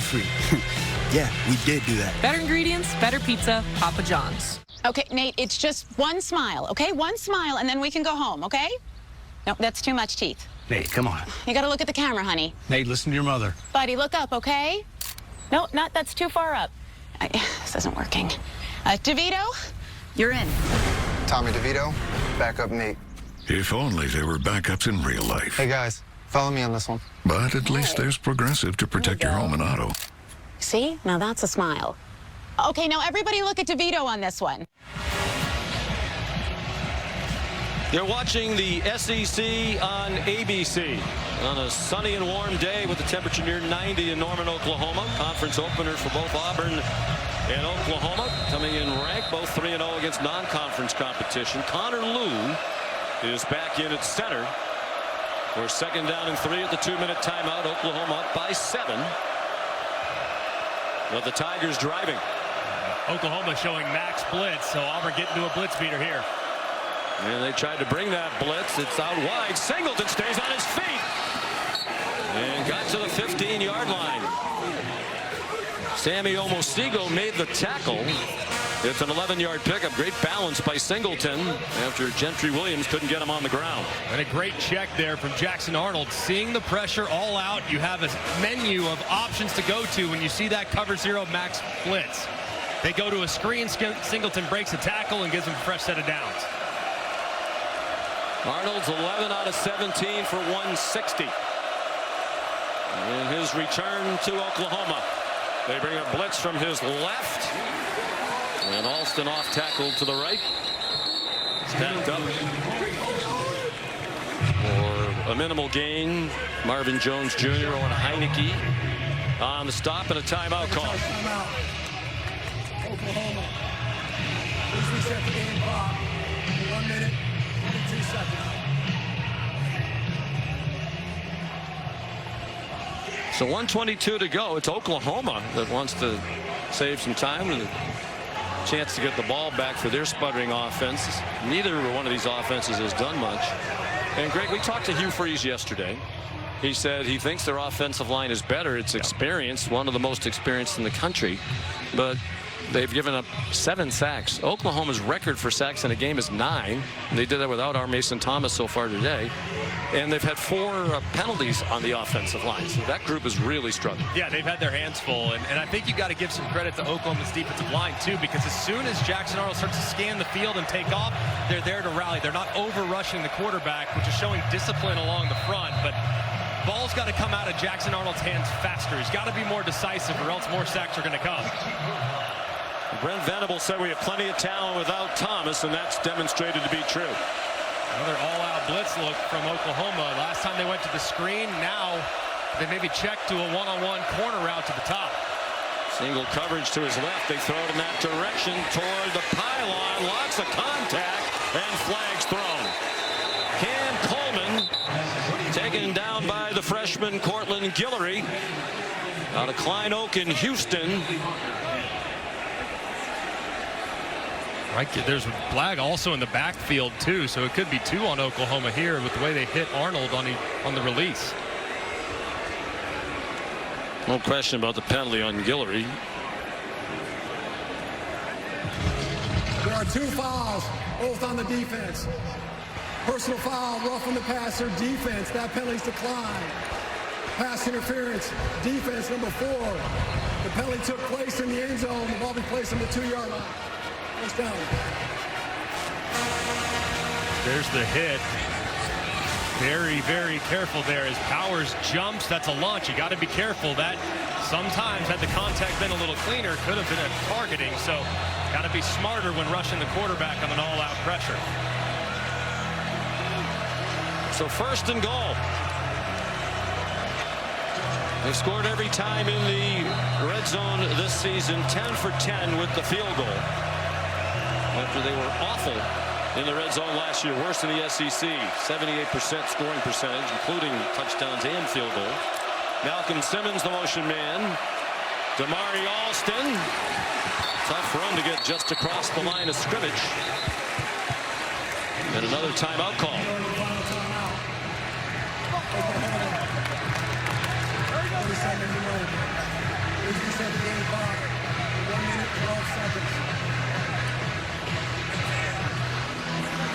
The Sooners out of timeouts, trying to get the ball back as much time as they can. ESPN supports the College Football Playoff Foundation's Extra Yard for Teachers Week each year to celebrate great teachers across the country who have inspired so many of us. Nominate a great teacher in your community by visiting cfpfoundation.org.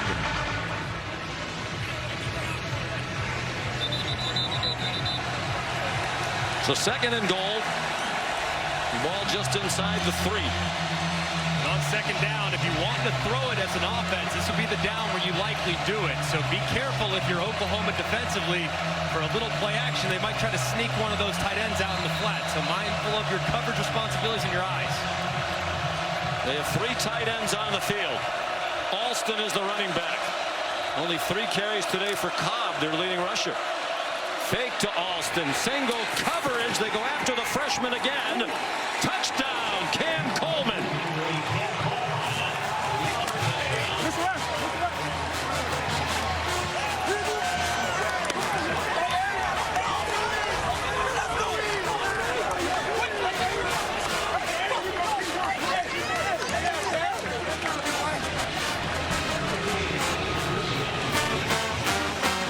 Second touchdown of the season. The 10th of his brief career. Sophomore from Phoenix City, Alabama. And Alex McPherson trying to tie it. Made all 67 career PATs. Still perfect. Nifty drive, 60 yards, 8 plays. They took 3:17 to do it. Arnold 5 for 5 on the drive, including the touchdown. And beautiful placement on the back shoulder to Cam Coleman. The enormous Coleman at 6'3" and change, working against the freshman Guillory. That is a matchup that has been very advantageous to the Auburn Tigers. He has a tight split, gives them plenty of room to work all the way to the wide side of the field with the ball. That's not going to be defended regardless of who's out there. You could put Richard Sherman, Darrell Revis, you name it, as the progressive pylon shows you. The Cam cannot be stopped when the ball is placed that perfectly. 3 catches for Cam Coleman for 88 yards and the touchdown. And they've gone after Guillory a few times. Derek Nix, the offensive coordinator's in the booth, offering advice to Hugh Freeze, who calls the plays. So they're tied at 10, Greg, in a half where it feels like so many things went wrong for Auburn. They thought they scored a defensive touchdown. It got called back on a questionable review. Oklahoma's touchdown came on a play that really could have been flagged against the offense. They had the miscue on the punt, and yet they're tied at 10. I think if you're Auburn, you got to be thrilled. The defense has been the big question. How do you slow down John Mateer in this dynamic Sooner offense? And so far, through nearly 2 quarters, they have just 95 yards to the air and 20 on the ground. Central New York, Syracuse, they'd be proud to know that I added that up, and it's 115 total yards for Oklahoma. Admit that you used your calculator, and we'll be good to go. Jacob Jordan, the fair catch.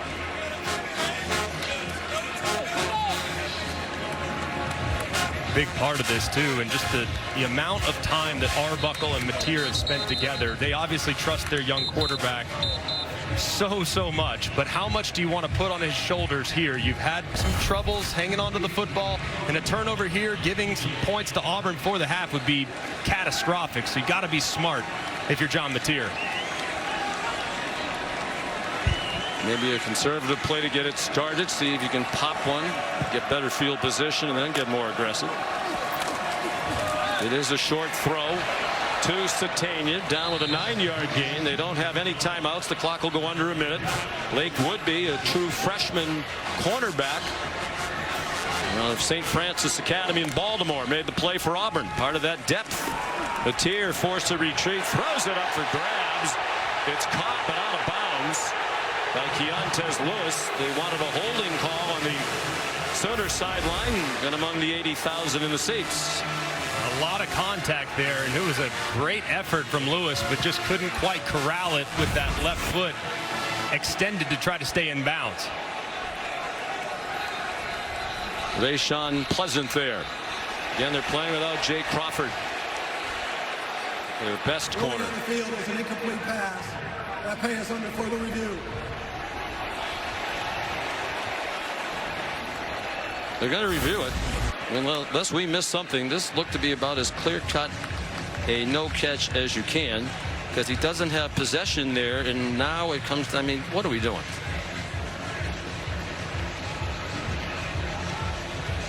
And right there, I mean, it's pretty clear. Doesn't ever have possession. It's a great effort trying to keep that left toe in bounds, but not really that close to a catch, to be honest with you. I would bring in Matt Austin, but he might have laryngitis by now, and we pay him by the appearance. We're over budget. The running on the field is upheld.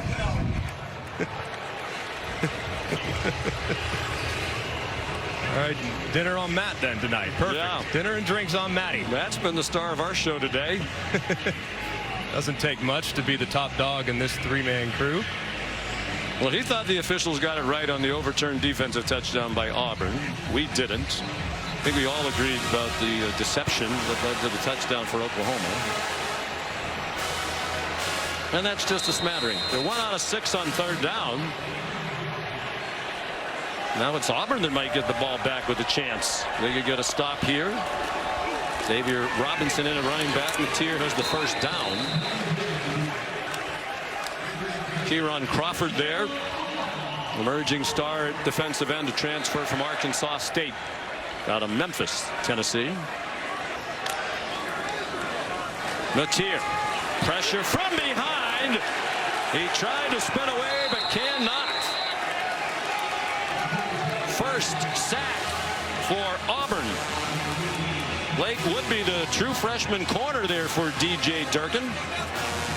And Keldrick Falk finished him off. 15 seconds in the half. They're still going to sling it. Over the middle, a man running free. That's why you keep going. There are flags down. Back near the line of scrimmage, Deion Burks. All the way to the 20. Mateer's running them down to spike it. They stop the clock to move the chains for a moment, but there's a flag at the line of scrimmage on the far sideline. Pass interference. Offense, number 5. Replay, 2nd down. Isaiah Satania right in front of the Auburn sideline. The officials might have had some help with this call. And you'll see pretty clearly as Satania is working to the out, he sets a pretty deliberate pick on the corner, number 4, Caden Lee, and that's a great call from the official and a tough one to see from way in the back, but a huge call and the correct one at that. Brings back a 38-yard gain. At the very least, they might have had a chance to attempt the field goal. Crowd's booing. I don't think either side is going to be happy with the officiating so far. It's a hard job. And for the most part, it's done very well. This is the end of the 2nd quarter. Well, Brent Venables likely pleased with the defense. Both coaches should be. The offenses need the time to regroup. Here's Molly. Coach, a penalty negated that explosive play. What's your reaction to how the half ended there? Well, again, we had a nice play designed up. I don't think that was us, but whatever. We just got to be more efficient, getting in our own way. Auburn's playing well. They got an excellent defense. 8's gotten hot, and so we got to clean some stuff up, maybe give them some help. But at the end of the day, man, you got to win your matchups too. So we've been able to overcome some mistakes with some of the turnovers. The defense got a lot of fight, and it's going to be a hell of a game 2nd half. Thank you, Coach. I appreciate it. Sean. We hope his voice lasts to the end. 10-10 at the half. 160 yards of offense for Auburn, just 123 for Oklahoma. Defenses ruling today so far. Here's the State Farm halftime report. Kevin Nagandi. Temperature still 91 degrees. Early, it was the Oklahoma defense ruling today. Both defenses have been stout. Cam Coleman a late touchdown to tie the game at 10, and as we went into the half.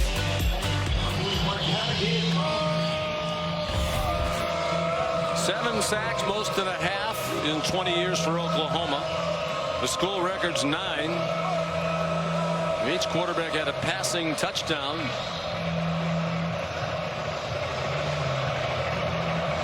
And it'll be decided in the final 30 minutes, or perhaps more than that.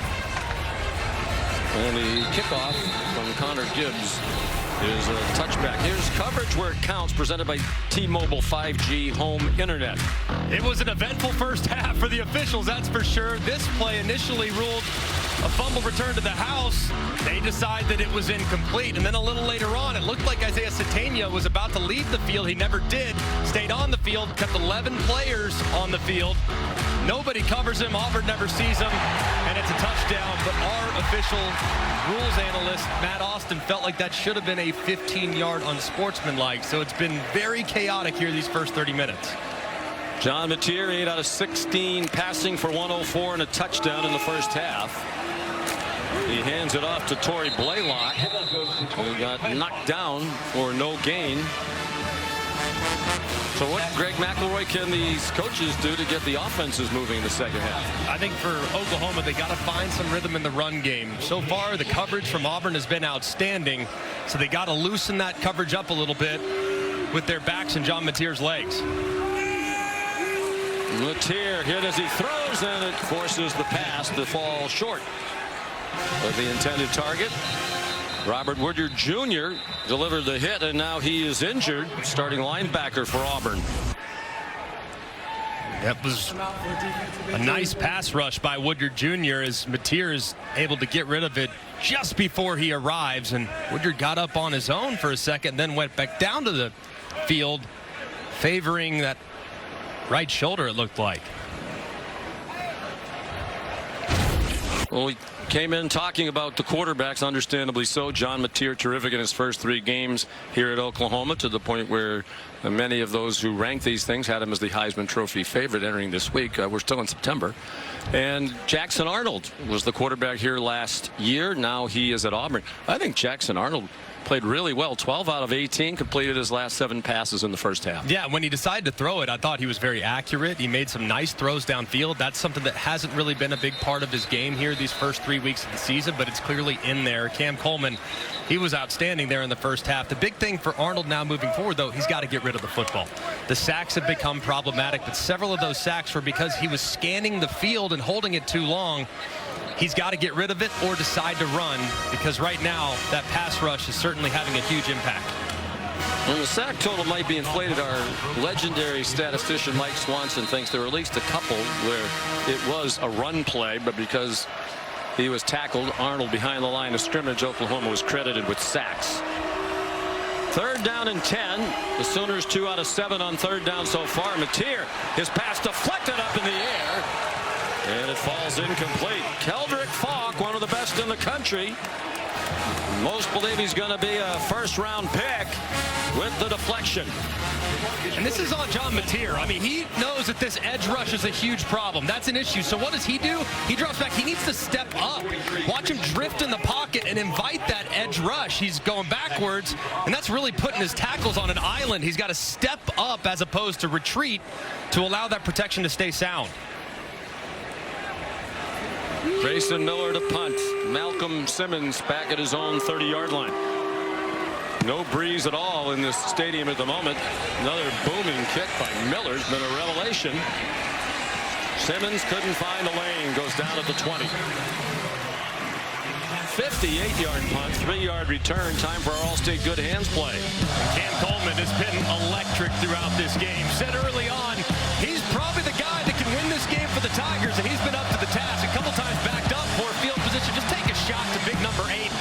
One of the highest regarded prospects in recent history at wide receiver, and man, he is making it very unpleasant for the freshman Cortland Guillory, who has been with him in one-on-one coverage throughout most of the game. So they're going to have to give Guillory some help here in the second half, because he's been on islands and it hasn't been good for the Sooners.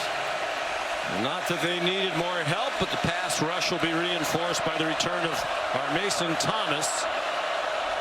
All-conference defensive end who didn't play in the first half for Oklahoma due to a targeting ejection last week.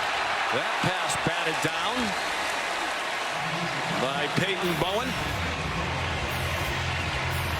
And there's our Mason Thomas, senior from Fort Lauderdale, a difference maker. The player and as a team leader.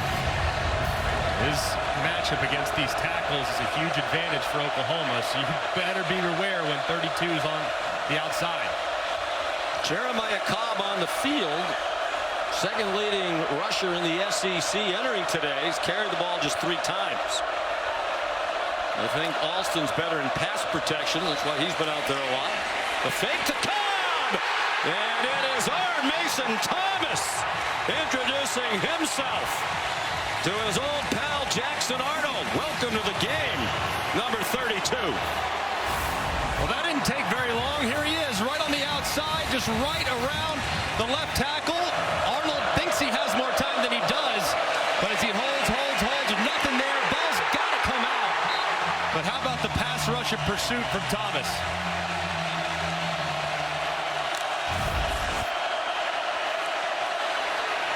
On 3rd and 18, Cobb. Tackled by Jaden Jackson. So Arnold sacked 8 times, now matching the career high. The previous times were last year when he was here at Oklahoma behind that struggling offensive line. South Carolina and Ole Miss each took him down 8 times last year while attempting to pass. And that's been part of the problem, really, throughout last year. In 9 starts, he had 34 sacks. That was among the highest totals in the country on a per-game basis. And so far today, man, he's got to quit scanning the field. He's just got to get rid of it. Hudson Cox, short punt. Satania been involved in a lot of stuff today. Had his own man run into him, but he held on. 43-yard punt. His presence felt immediately. Our Mason Thomas.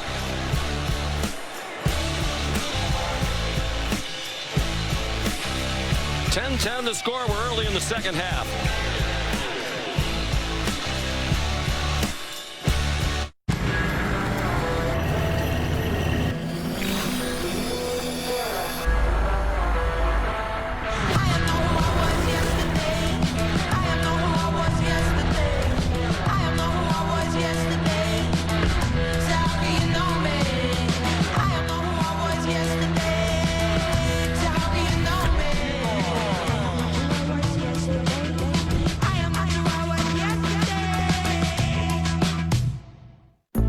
Buy one Sonic Smasher and get another free.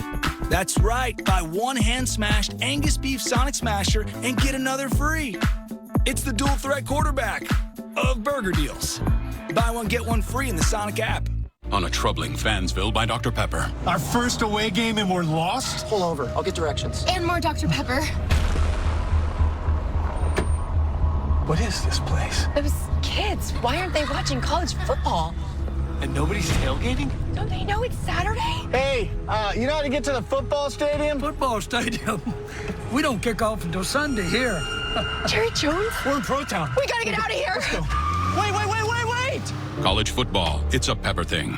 The loaded Italian has classic flavors with an Arby's flair. It's more American Italian than Italian, just like the Pope. And people line up to see him. Arby's, we have the meats.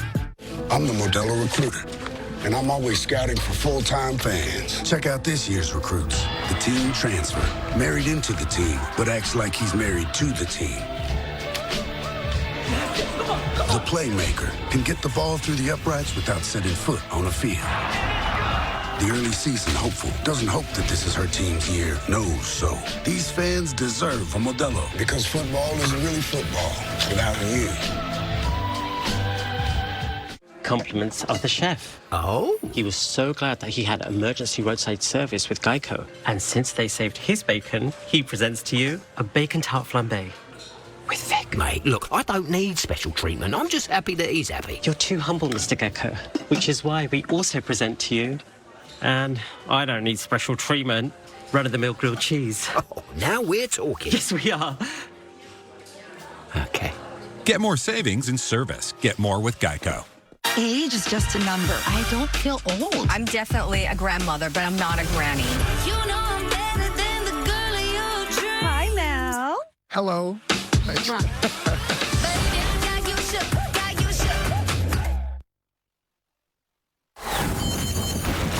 You're watching the Dr. Pepper Championship Drive Game of the Week. And we're back in Norman, Oklahoma. 10-10 in this battle of 2 unbeatens, 2 top 25 programs. Auburn back into the rankings last week for the first time since November of 2021. John Mateer on target, and it's dropped. Senator Deion Banks. Rayshawn Pleasant was there for Auburn. And Ben Arbuckle just turned 30 on Monday. In his first year here, and he has already started to get attention as a potential head coaching candidate, which seems a little hard to believe given that 5 years ago he was an offensive coordinator in Seminole, Texas. Hand out to Blaylock. 7 years ago he was an unpaid volunteer assistant at Houston Baptist. There's his wife Lauren. They were newly married. He had a job in the oil and gas business out of West Texas A&M where he was a quarterback. Said, I did it for 3 months. I hated it. I want to be back in football. Unpaid volunteer. Worked with Zach Kitley, the offensive coordinator. Bailey Zappi was the quarterback. They all went to Western Kentucky together. Here's 3rd down and 11. And to help make ends meet, at lunchtime he would leave the football building at Houston Baptist and go drive for Uber Eats. He said, I'd try to make $50 and go back to the office. He dials up a pass to the tight end. Kanek tried to go leaping over Xavier Atkins. That didn't work, but it is a 17-yard gain on the first catch of the day for Kanek, his second rather. And a strange formation dialed up by Coach Arbuckle. Mateer runs across the 40. Ben Arbuckle said it was his wife who made it work. She got a job as a nanny. Their parents helped, his parents, her parents. And here he is just 7 years later, a rising star. And we asked Brent Venables why Ben Arbuckle. He said, look, the history at Oklahoma with quarterbacks and skill players. I had to find someone that would be highly attractive to guys that would want to play in his offense. So that's why they went in that direction, and what a hire it was. In 2 prolific years leading the offense at Washington State. Satania the catch. Anquan Figgins there for the Auburn defense, but it's a first down. And Arbuckle's offense starting to find a little rhythm. 5 yards on that play. On the fringe of field goal range, the check down into the flat. Torrey Blaylock there, another first down, and the crowd starting to get engaged. Elijah Melendez ran him down, a backup linebacker. And I love when the offense is kind of stagnant, they don't have much rhythm. Like, man, go tempo, simplify it, get rid of the motions, get rid of the shifts, just let your quarterback play and kind of develop a little juice on that side of the ball. So I love the plan so far on this drive from Arbuckle. Mateer still completing just 50% for the game, now 11 for 22. And you can anticipate here, 2nd and short, this would be a spot where if I'm Auburn's defense, I'd be alert for the throw downfield. 3 receivers to the left. Here's Satania, who scored the Oklahoma touchdown. In controversial fashion in the first half, he has the 19-yard line. 7 more. Mateer trying to get him up in warp speed. The flat is open again. Blaylock out of bounds with a short game pushed out by Xavier Atkins. And they're a little winded here with the tempo. 8 plays run by Oklahoma in just more than 3 minutes on this possession. And Oklahoma decided to substitute right there, so Auburn could make some changes if they want, but deciding not to, going with the personnel they have on the field.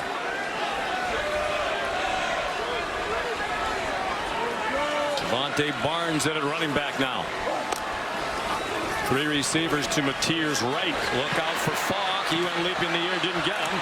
Now a wide open receiver, and it's through the hands of Javante Barnes along the far sideline. Mateer continues to drift in the pocket a little bit, getting a little too deep, putting those tackles in a very tough spot, but a great job stepping up this time, keeping his eyes downfield, and if Barnes secures it, he walks into the end zone. Big missed opportunity, and just goes to show you the instincts that John Mateer has at his disposal. 3 out of 9 on 3rd down, but 3 for their last 5. They are in field goal range. Be prepared here. This is where Auburn likes to bring all-out pressure. You look at all those guys lined up, it looks like it's going to be a blitz from DJ Durkin. Everybody standing up. It is a blitz. It's a quick slant. It ends short of the line to gain by a lot. Dion Burks tackled by Kensley Lador-Faustin. And here comes the field goal unit for Brent Venables. And DJ Durkin has to be thrilled with how his secondary has played today. It hasn't been perfect by any stretch, but the big question mark after the performance against Baylor, where they gave up 400 through the air, and had a big game last week against South Alabama through the air, this secondary's coverage has been outstanding for most of the afternoon. Here's Tate Sandell to put Oklahoma back on top. They lead for the third time on a 32-yard field goal. 13-10 Sooners, middle of the third quarter.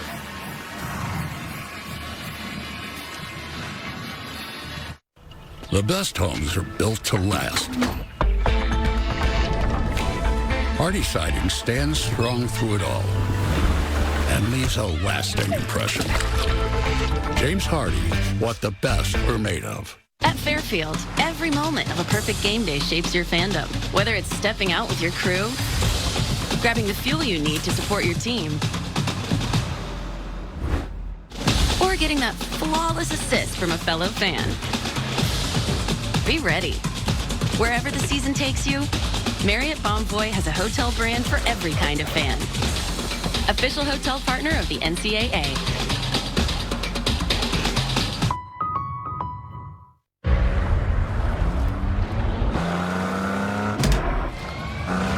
We put it through the worst, so you get its best. Nissan, #1 in new vehicle quality. This is Judy and Pedro. They just bought their first home and are learning a lot. Thanks to Google, Pedro knows more than he wanted to about gravel. And Judy wouldn't call herself a plumber, but she dabbles. Wait, how do these things work together? Honey, I did it! So far, if they've learned one thing about home ownership, is that there's a lot to learn. Good thing you can just ask Google. Man, this takes me back to the 2000s.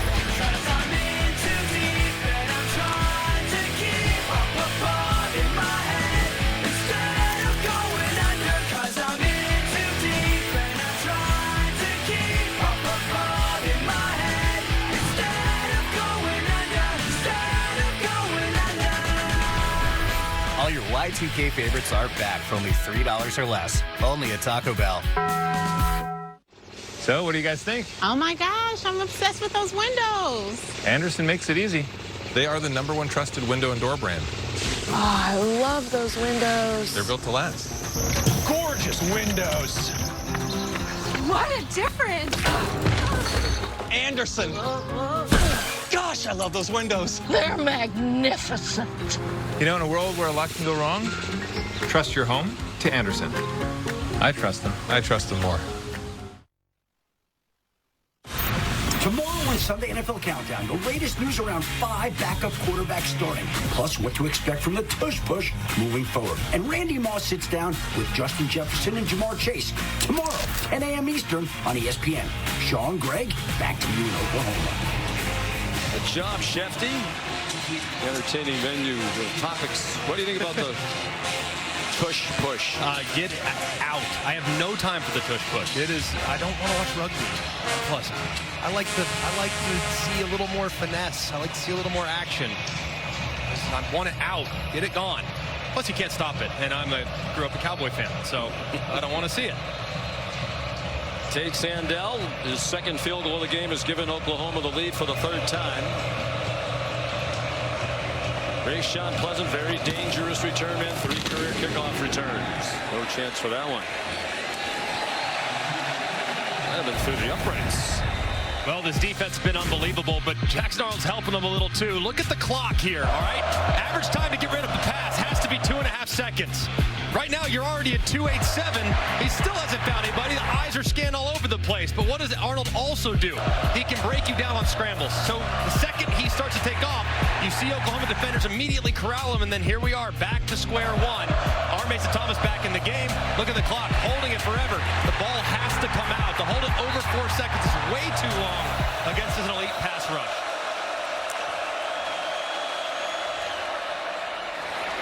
Merrick Singleton. Good tackle along the sideline by Cortland Guillory to stop it after a 5-yard gain. Singleton dynamic when he gets the ball in his hands. He's just 5'9". There's some of those numbers for the Oklahoma defense. 1 sack away from tying the single-game school record.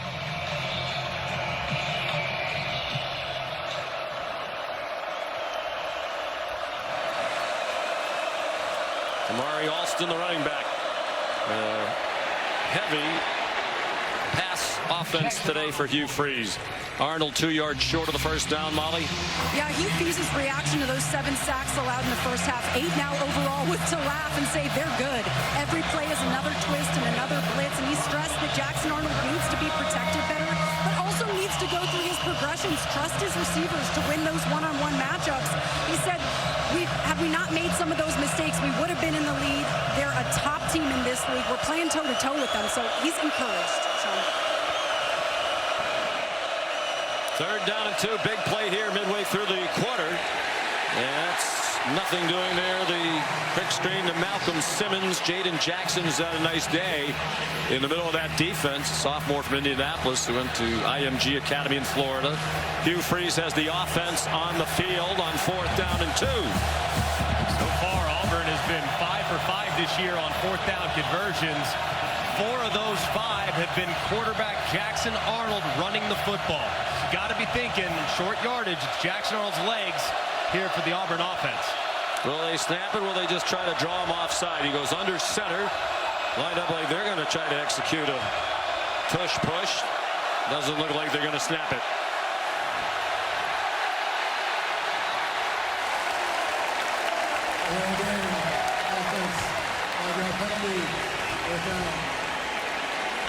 I would agree with Coach Freeze. You should punt. I mean, they're 1 for 9 on 3rd down today, so they haven't exactly been effective.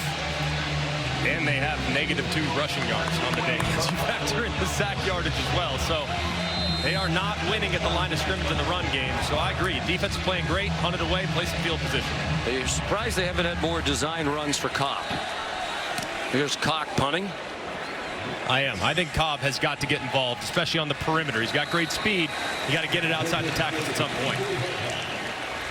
So Tanya, the fair catch of the 48-yard punt. Well, these 2 defenses have been terrific through the first 3 games, and they're doing more of the same head-to-head today.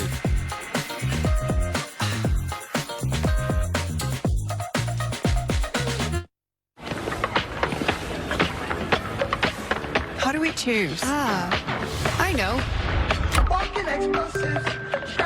Gemini, my skin's dry but sticky from the heat. What here could help? Tough combo. I see some serums which hydrate without being too heavy. What do the Korean locals use? Essence is like a light serum that's popular here. Which one?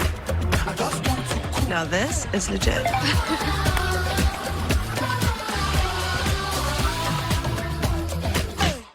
Carne asada is back at Chipotle.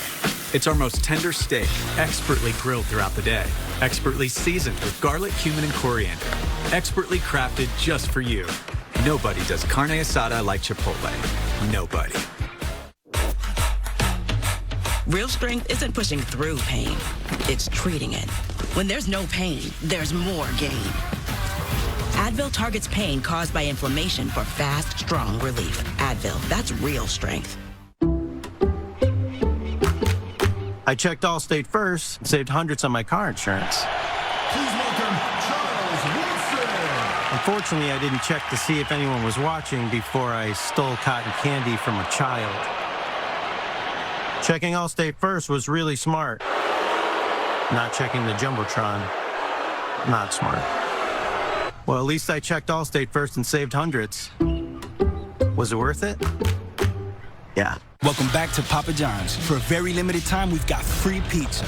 Yo, tell them what it is. Buy any large pizza at regular menu price, get 1 large 1-topping pizza for free. No, like free. Yeah, we did do that. Better ingredients, better pizza, Papa John's. This baby hits 88 miles per hour. You're gonna see some serious... Guess who's back? Check me out.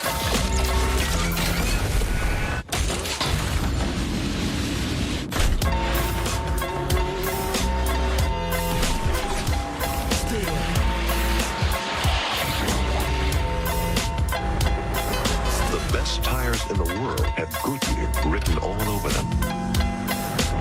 Still the beats bang, still doing my thing. Since I left, ain't too much change.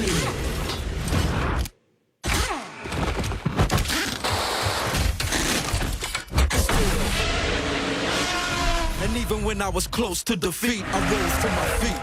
Representing for the gangsters all across the world. Still hitting them corners and them polos, girl. Still taking my time to perfect the thing. And I'm still going down for the streets. What's the score? We're gonna rob an entire country. Shouldn't be a problem. Great state I'm in, and all states I'm in. We made it. We made it. Merry Christmas, Schofield.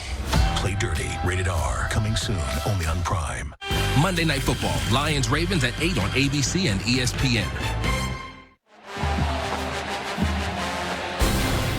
Cap off your NFL Week 3 with Monday Night Football. An appealing matchup at 8 p.m. The Detroit Lions and the Baltimore Ravens. Peyton and Eli will be on ESPN2. Coverage on ESPN begins with Monday Night Countdown at 6 p.m.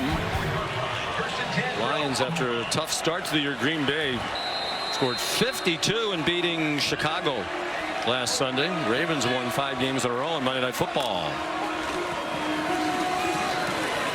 Torrey Blaylock on first down. Oklahoma field goal drive on their last possession to take the lead. The previous 7 possessions, they did not hold the ball for more than 1 minute and 58 seconds. Picking up 3 yards on the play. 4 yards on the play makes it 2nd and 6 from the 28. On 2nd and 6, and another tackle for a loss, and it's Keldrick Falk. Malik blocked in there as well for Auburn. Sophomore from Pike Road, Alabama. Big question for DJ Durkin was whether or not that front 4 would be able to hold up against the run, and so far they've been up to the task. And now 3rd and 10. It's got to be looking in the direction of Burks. He's been their best guy so far. Can he create some separation?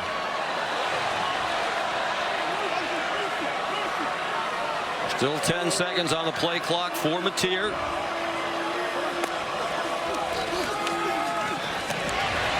It is Deion Burks, and they wrap him up well short of the first down. There's a flag on the near sideline. It's for offensive pass interference, which Auburn will turn down and force 4th down, you would think.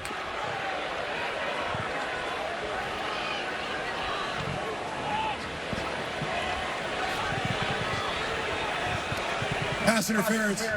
Offense, number 5. That penalty's declined. 4th down. Second time today, Isaiah Satane has been called for that. And very similar to the one we saw a little bit earlier. This time it's even more blatant. He goes right out towards Can Lee.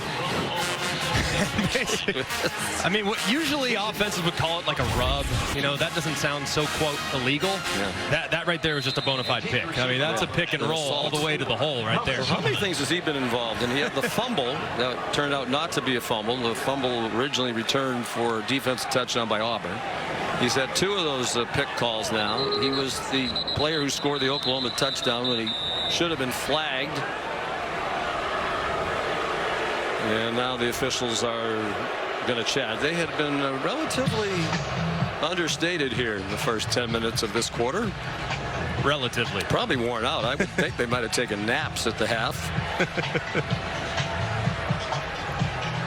Hugh Freeze has his job in large part because Brent Venables doesn't. There was clarification on whose helmet came off. Brent Venables turned down the Auburn head coaching job prior to the 2021 season. So it was a tough decision. We've been told by some he actually accepted it and then changed his mind, citing a lack of alignment. They hired Brian Harsin. That didn't go well. 11 seconds. And then he was replaced by Hugh Freeze. Brent Venables went back to Clemson for 1 more year after turning down the Auburn job, and then came here to Oklahoma, where there's great alignment, thanks in large part to the stability of one of the great athletic directors of all time, Joe Castiglione, who's been here since the late 90s. Not a good punt by Grayson Miller. Well, he got plenty on the bounce.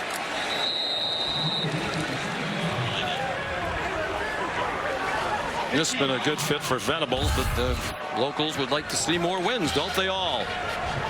The numbers and the rushing numbers impacted by the 8 sacks.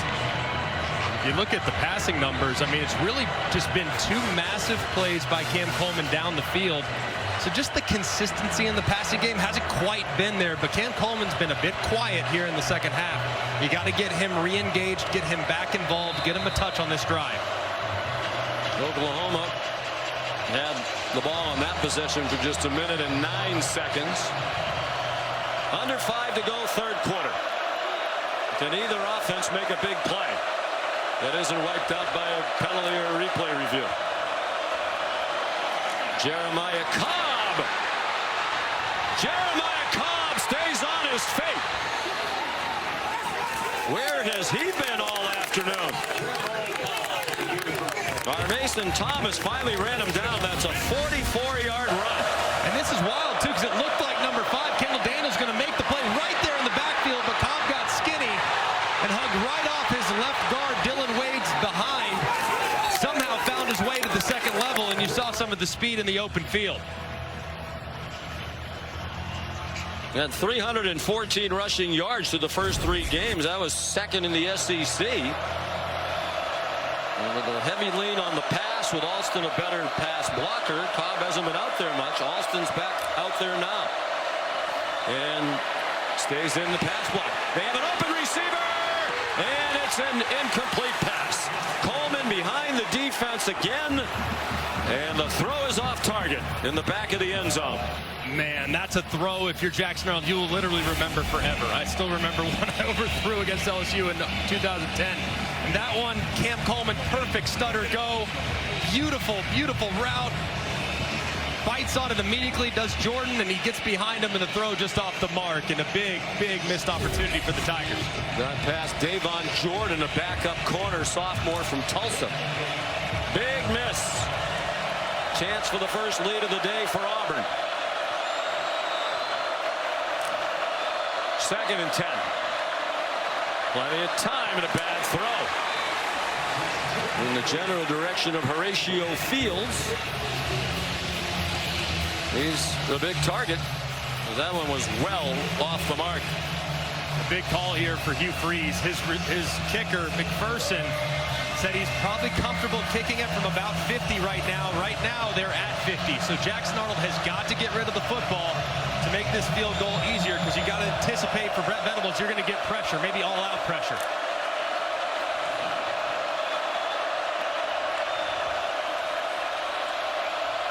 They bring Alston back to the right hip of Arnold. Couple of errant passes when there were plays to be made, and now a flag thrown by the line judge on the near side for a false start. Before the snap, all start, offense, number 65. Well, that one might definitely take them out of a field goal try now. Xavier Chaplin, the left tackle. 5th penalty on the offensive line. Now, I don't think you're going to get that blitz look from Oklahoma. They're already out of field goal range, so why try to knock them out? I would anticipate Oklahoma trying to keep everything in front of them. And if you're Auburn, probably thinking some type of quick screen, some high percentage throw to make this field goal a little easier. Unless you get Coleman in one-on-one.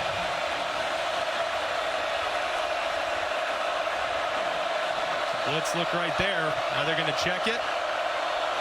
Can they hold up long enough to get a look towards their top wide receiver at the top of the screen? Pressure coming. Malcolm Simmons, run after the catch, gets them down to the 32. Hugh Freeze said yesterday he thought McPherson might be able to make a 50-yarder, but that Alex would tell him after the warm-up how he feels. So apparently it's a little bit out of his range, so they're going to try Connor Gibbs for a 50-yard field goal, which would tie it.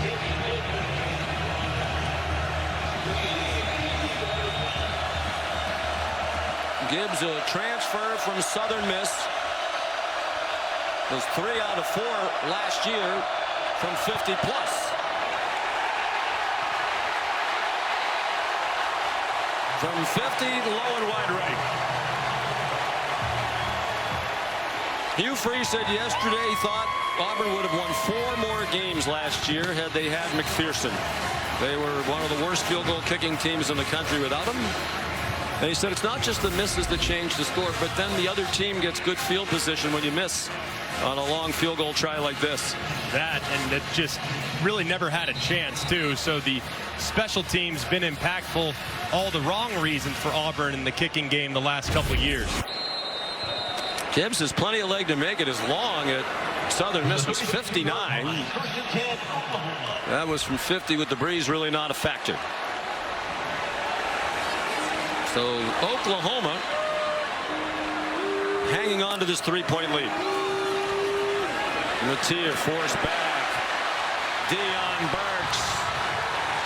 Another hard tackle. It's been a hard-hitting football game. That was Champ Anthony, their defensive captains, who's, as you can see, playing with a club. And apparently there's a problem with that right hand. Keep an eye on 4 here. Tried to get it deep to him last time in this formation.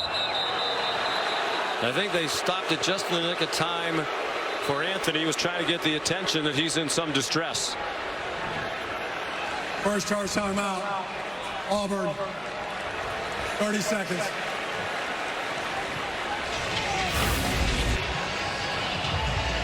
Big collision there between Burks and Anthony. Burks not a big guy, but so explosive. So he goes to the ground, and nothing that would indicate anything too significant there, but some discomfort like you referenced. He's pointing to the sideline, waving to the sideline, looking for some help.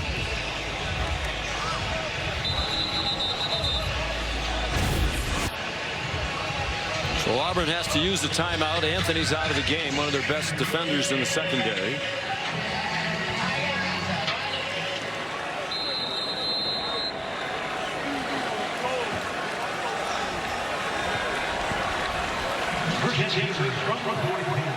Them doing this little muddle huddle, it might make you think they're going to run to the line real quick, heavy play action, take a shot. Let's see what they do. Or unbalanced with the tackle on the right side.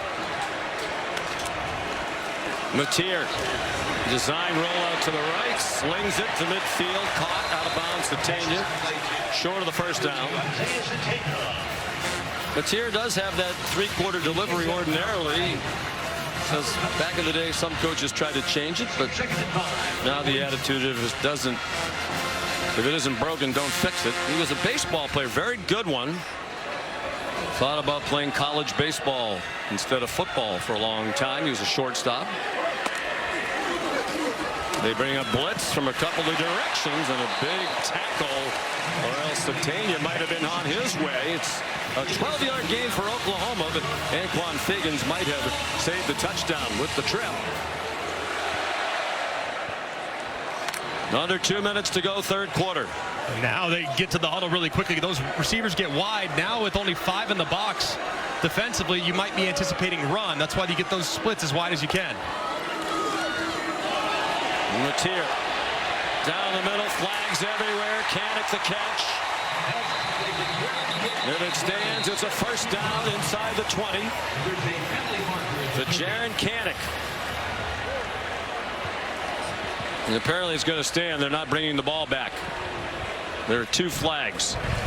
Holding defense number 24. That penalty decline. Results of the play.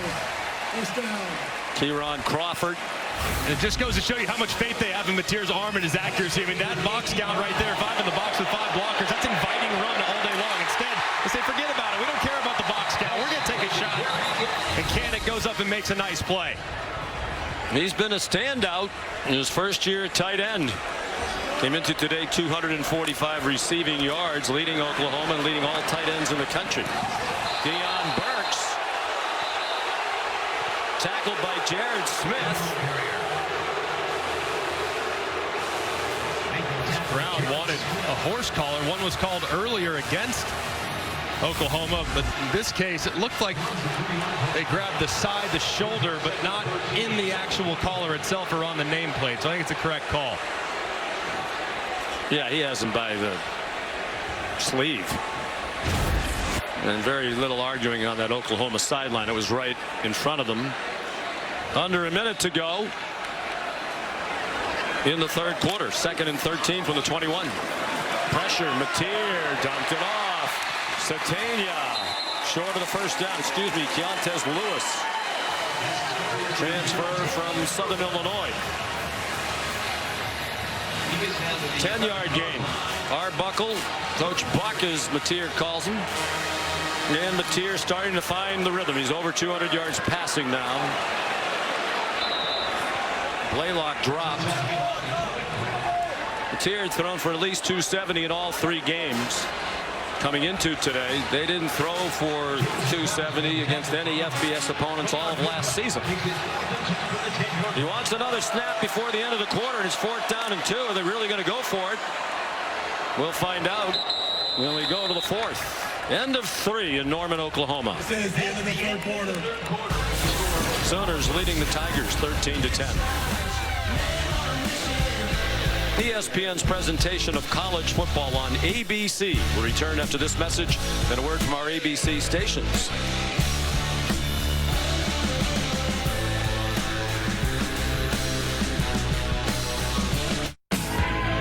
We're surprising Twisted Tea superfans with a Twisted Tea drop. Twisted Tea tastes like real iced tea because it's made with real brewed tea and 5% alcohol to kick off your game day. Twisted Tea Hard Iced Tea. Keep it twisted.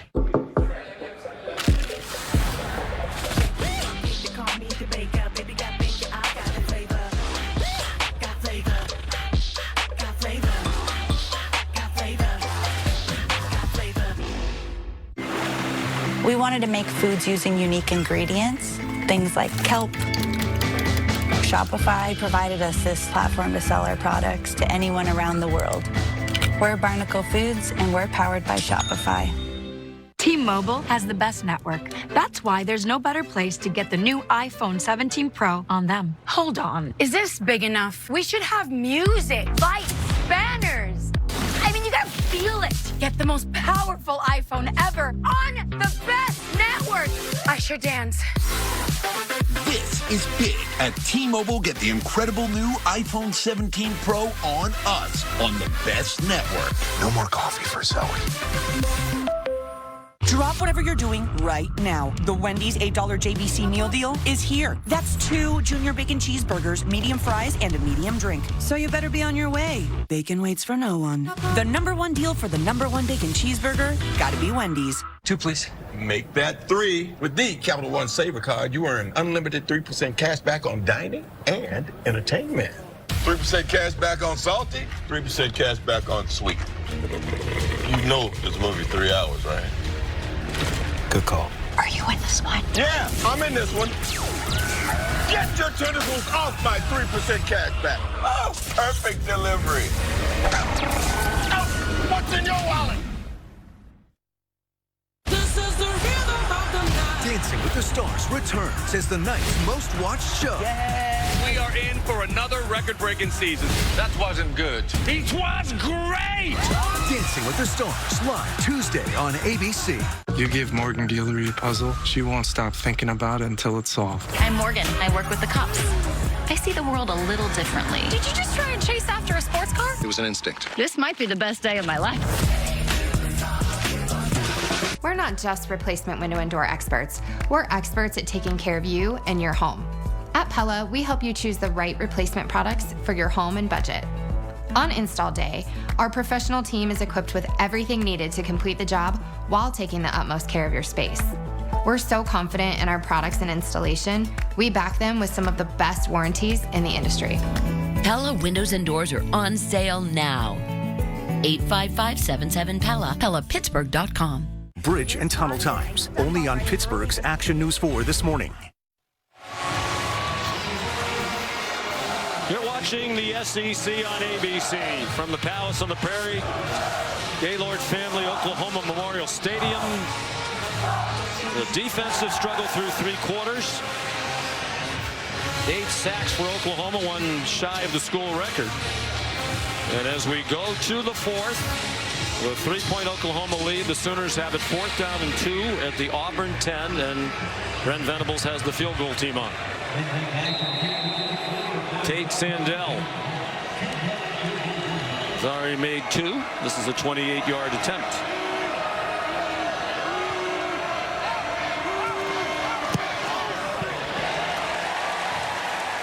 And it's a 6-point lead. Well, Brent Venables is the defensive play caller. He took that back this year. So a lot of times when the head coach is calling the plays on one side of the ball, the other, he has somebody on his staff who's particularly helpful in helping manage game situations, timeouts, and that sort of thing. And Brent Venables told us yesterday that man has been Kevin Wilson, longtime assistant here at Oklahoma, back in the Bob Stoops era. A lot of that time, Brent Venables was also on the staff. Coach Stoops is here today. Of course, he went on to be the head coach at Indiana and Tulsa. And that's a great resource to have. A guy who's led a team before. Tremendous. And just has a great feel for the team. Feel for the game. Has been around for a very long time. So while some rely exclusively on analytics and things like that and win probability, to have that plus an experienced head coach to rely on as a sounding board is tremendous. And I agree with the decision to kick the field goal. Total defensive game like this, make Auburn have to score a touchdown to beat you. Especially with how Oklahoma has struggled to run the football today. So picking up a 4th and 2 is no picnic. Sandell, the kickoff. It lands in the back of the end zone. So Jackson Arnold, the quarterback here at Oklahoma the last 2 years, last season as the starter. On his return to Norman, 15 for 24 for 173 and a touchdown. He still has not thrown an interception.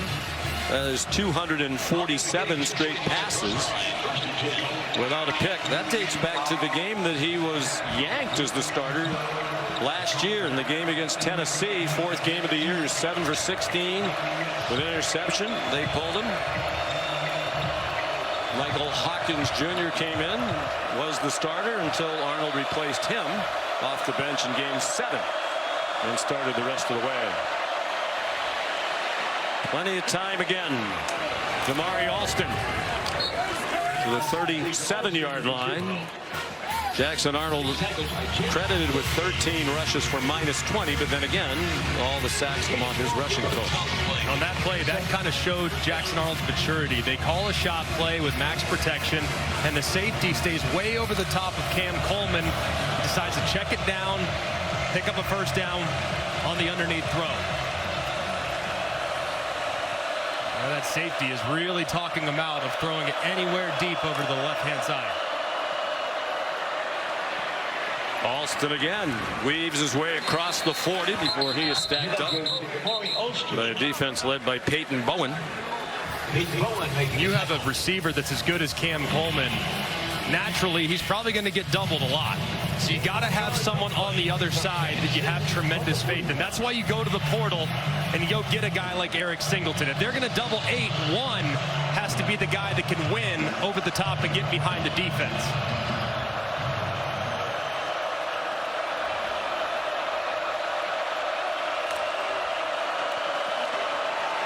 Design run for Arnold.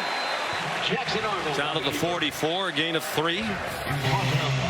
He set the tone early. First game as the Auburn quarterback on the road against a good Baylor team.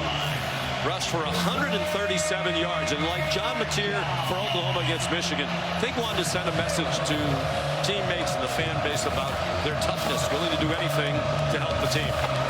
He's definitely done that. No one's questioning toughness at all, man. He can run it, that's for sure, but it's tough against a great defense. We're 1 out of 10 on 3rd down.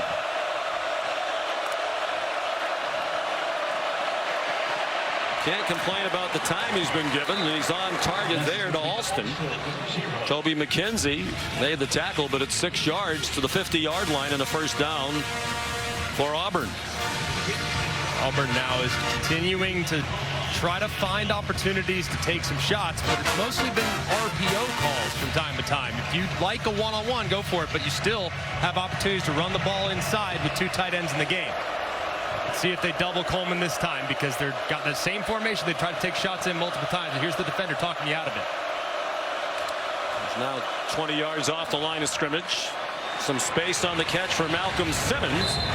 Tackled around the legs short of the first down by Jacoby Johnson, junior from Mustang, Oklahoma.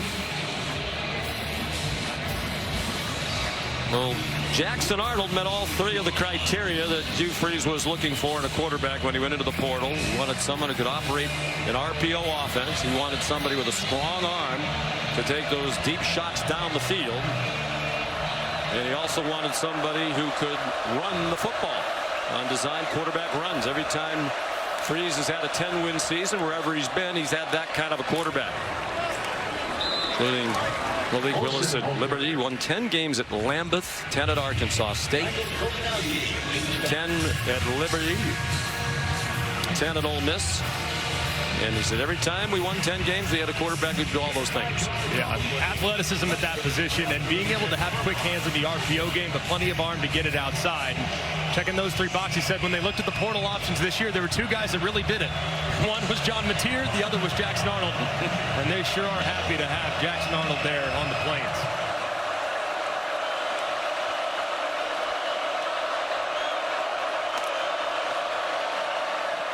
He pulled it down. Looked like he had a lane to his left, but he got smothered for a loss by Dominic Williams, the senior from Torrance, California, transfer from TCU. And these twists have been giving Auburn some fits all day. This time it's a TT, that's tackle twist.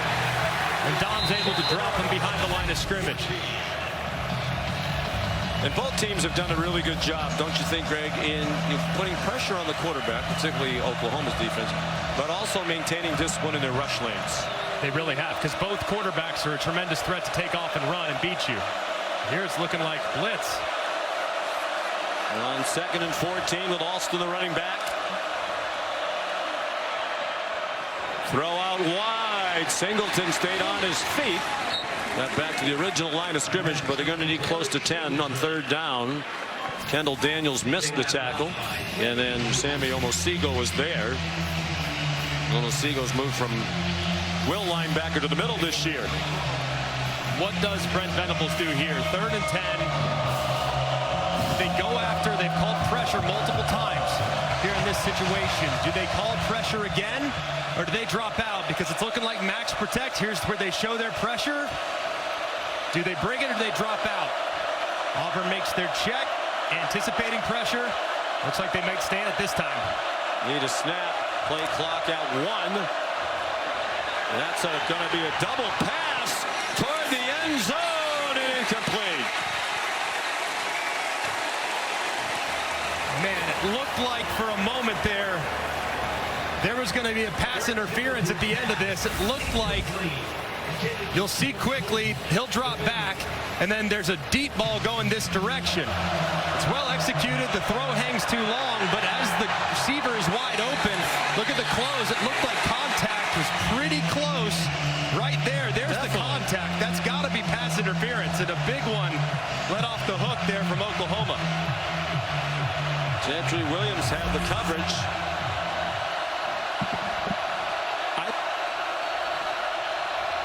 Fourth down and 11. They were lined up like they were going to go for it.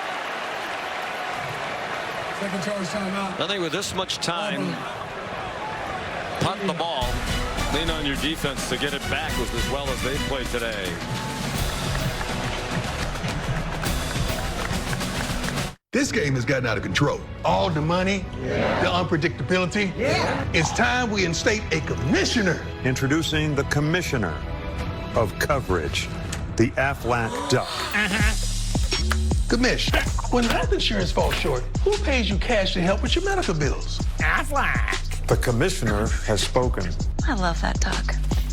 Get help with expenses health insurance doesn't cover with Aflac, an official sponsor of ESPN College Game Day. Y'all can ask about it at work. The Loaded Italian has classic flavors with an Arby's flair. It's more American Italian than Italian, just like the Pope. And people line up to see him. Arby's, we have the meats.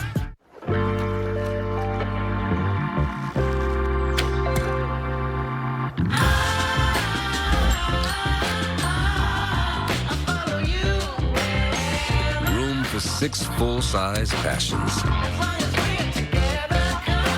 The Lexus TX 3-row luxury. A car that doesn't elevate everyone's experience is a car that stops short of amazing. This Adam is not on WhatsApp. Time to bring the music to someone else's life. This Adam is. This Adam's Donation Day update got lost under a million group texts.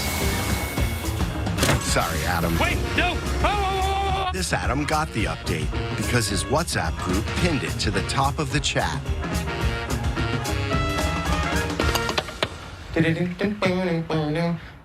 The new Popeyes Hot Ones menu has something for the spice curious, the spice lovers, and the full-fledged certified spice lords. That flavor's fire. Attempt the Popeyes Hot Ones menu. Love that chicken from Popeyes. Meet Ron. Ron eats, sleeps, and breathes hoops. Us? Not us. And there's not a no-look pass, double-double, or a buzzer beater he won't wax poetic on ad nauseum. But oh, how he can nail a software solution like the best high-screen pick-and-roll you've ever seen. You need Ron. Ron needs a retirement plan. Work with Principal so we can help you help Ron with a retirement and benefits plan that's right for him. Let our expertise round out yours. We form a bond stronger than blood. Because ours is a family that is forged in fire. Hell of a save, kid. The ring of fire.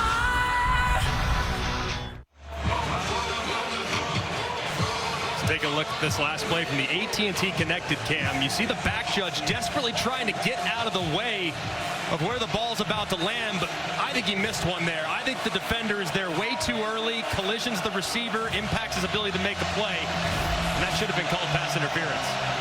Well, he still wasn't looking at the play. He was trying to get out of the way, which obviously, if he got in the way, it would have been perhaps even worse than the no call. He has teammates out there supposed to help him and throw a flag in that situation. They're going for it on 4th down and 11. Jackson Arnold takes off running. Jackson Arnold has a first down. On 4th and 11. Father Todd on the left. Mom Sharon on the right in the orange. What a play by their son. A 15-yard gain. Hugh Freeze going for it on 4th and 11. And what a play. I mean, one of the few times today we've seen this Oklahoma defensive line lose contain up the middle. They've been so good. And then on arguably the biggest snap of the game for Auburn's offense, the quarterback scramble makes it right for the conversion. 8:40 to go. Auburn has not led today. Arnold flushed again. Smart to throw it away. Crowd thought there was some holding there. Flags have come far less frequently here in the second half. There were 15 assessed penalties in the first half, only 2 here in the second. Crowd looking at replays on the big screen in the end zones, and they're convinced the holding they saw live, they saw on the screen. It looked like the right side of the offensive line might have held up with the guy holding a little bit off the right side. 2nd and 10, 8.5 to go. They crowd the line again. They put pressure on. It's up in the air for Malcolm Simmons and broken up by Gentry Williams. What we're talking about a moment ago, when you have the double team to Cam Coleman, someone on the other side has to win. This time, Simmons does get behind, the ball slightly underthrown. Might have gotten away with one there, might too. Have been early again on the contact. He never really turns around and tries to make a play on the ball. That could have probably been called pass interference as well. 13th play of the drive. They've had the ball for 6.5 minutes. They've taken it 52 yards. Seen all their pressure adjustments the last couple series. What do they do this time? Looking like pressure, all-out blitz. Where are you going to throw it? Find your one-on-one. Arnold, plenty of time. Caught, taken down just short of the first down is Horatio Fields. So here comes another 4th down. They went for it on 4th and 11 and converted. And I think, given the way this game's gone, Greg, don't you just have to go for this? I think you do. You did on 4th and 11 a moment ago. I would anticipate you doing it again here. And they said earlier, 5 for 5 on 4th downs this year, 4 for 4 on 4th and 1s. All 4 of those conversions with Jackson Arnold's legs. Anticipate quarterback run here on 4th and short. 1 for 2 on 4th down today. Alston, the running back. He got tangled up, but the play won't count. They've stopped it. Flags and whistles. That was a disaster waiting to happen for Hugh Freeze. All start. Offense, number 65. Penalty. 4th down. Xavier Chaplin. Big play call here for Coach Freeze. Now it's 6 yards to go.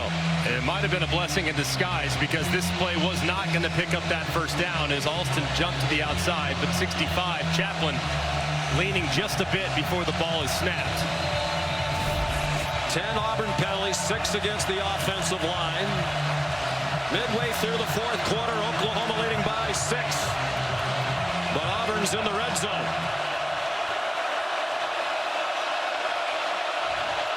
Interesting defensive front there. Under big duress. Flags are down. The pass is incomplete. Intended for Cam Coleman. It was Guillory in the coverage again. And the official on the far sideline indicating it's against Oklahoma. Pass interference. Defense, number 4. And the results, automatic. 1st down. This has been a very favorable matchup all game long for Auburn. It's Guillory working against Cam Coleman. Left arm grabbing the shoulder most of the way. Right there, left hand. No question. Call. Big question is, was the throw catchable? But I think still, either way, it's pretty obvious defensive holding or defensive pass interference.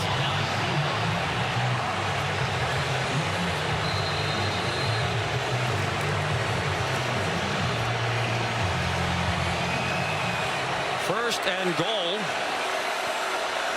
at the 4. 3 tight ends on the field for Coach Freeze. Simmons breaks a tackle. Touchdown, Auburn. Malcolm Simmons has tied the game with 7:08 to go.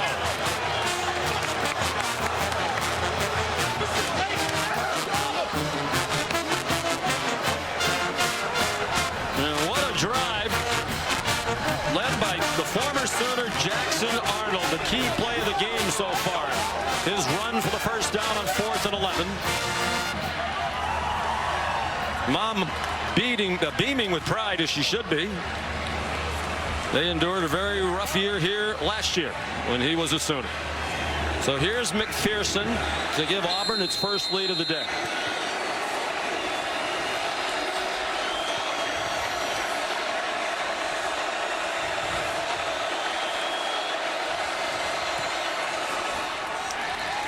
(17-16) Tigers. And a massive penalty on 4th down. Pass interference on Guillory gives Auburn new life. They go with a little jet sweep handoff to Simmons, who ties it. The extra point pending gives Auburn a big lead.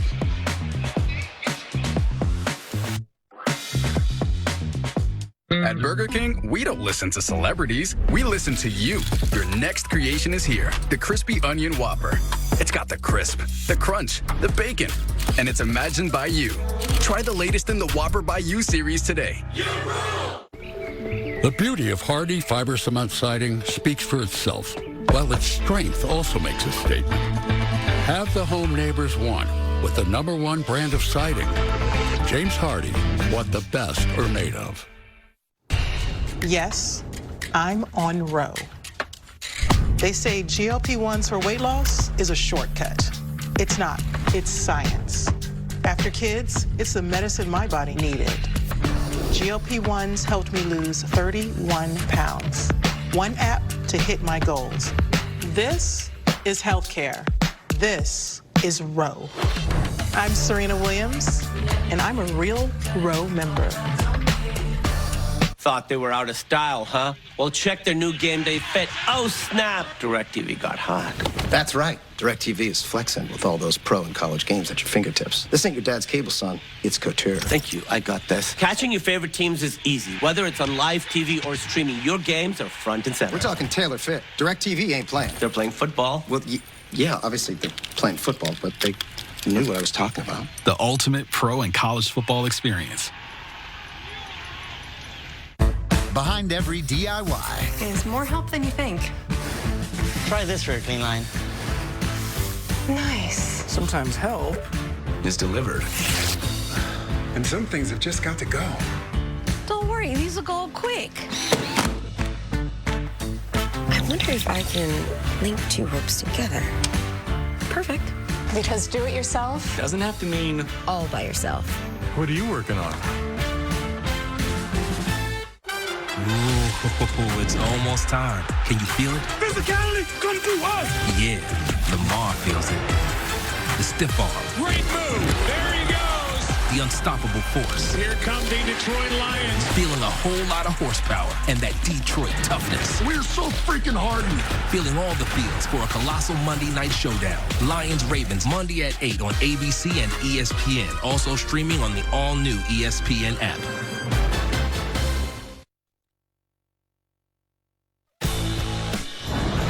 SEC on ABC College Football is presented by Burger King.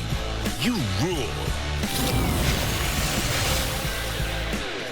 Malcolm Simmons, first rushing touchdown of his career on his first carry of the season. Talented wide receiver out of Montgomery, Alabama.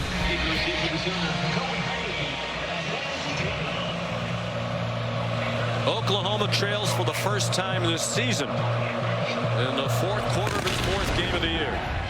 Connor Gibbs the kickoff. Jacob Jordan won't try to run it back as it lands in the back of the end zone. And this was a really good read here by Jackson Arnold. You're going to see the sweep read, but look at his eyes on the left-hand side. He sees those Oklahoma defenders stay inside. A great block by Frazier, 87 to the outside as the progressive pylon cam gives you a look at that block, and Simmons hugs it for a nice touchdown run.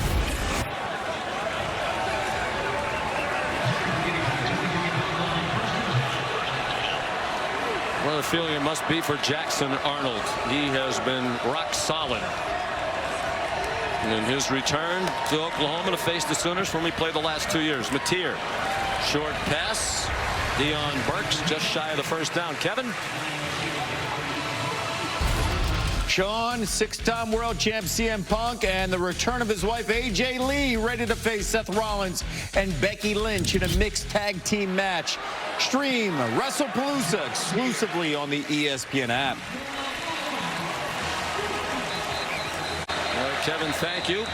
Mateer rushed for 4 and a first down. There are a couple of Auburn defenders who are still on the grass. 17 is Xavier Atkins, one of their leading tacklers, and Malik Blockton's a backup defensive tackle.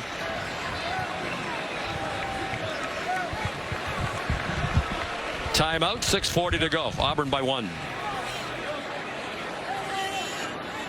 With all these Hilton Honors points, I could stay for free. At the Waldorf Astoria in the Maldives? What about the Canopy in Paris? Hilton Honors, babe. When you want points that can take you anywhere, it matters where you stay. Hilton for the stay. Welcome back to Papa John's. For a very limited time, we've got free pizza. Yo, tell them what it is. Buy any large pizza at regular menu price, get one large one-topping pizza for free. No, like free. Yeah, we did do that. Better ingredients, better pizza, Papa John's. At AT&T, we guarantee our network so you can watch the game together, even when you're away. Here we go, man. We got it. Yes! Go. Yes!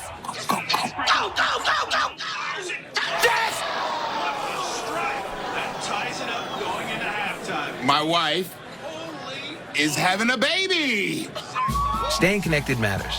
That's why in the rare event of a network outage, you'll automatically get a bill credit for a full day service. That's all part of the AT&T guarantee.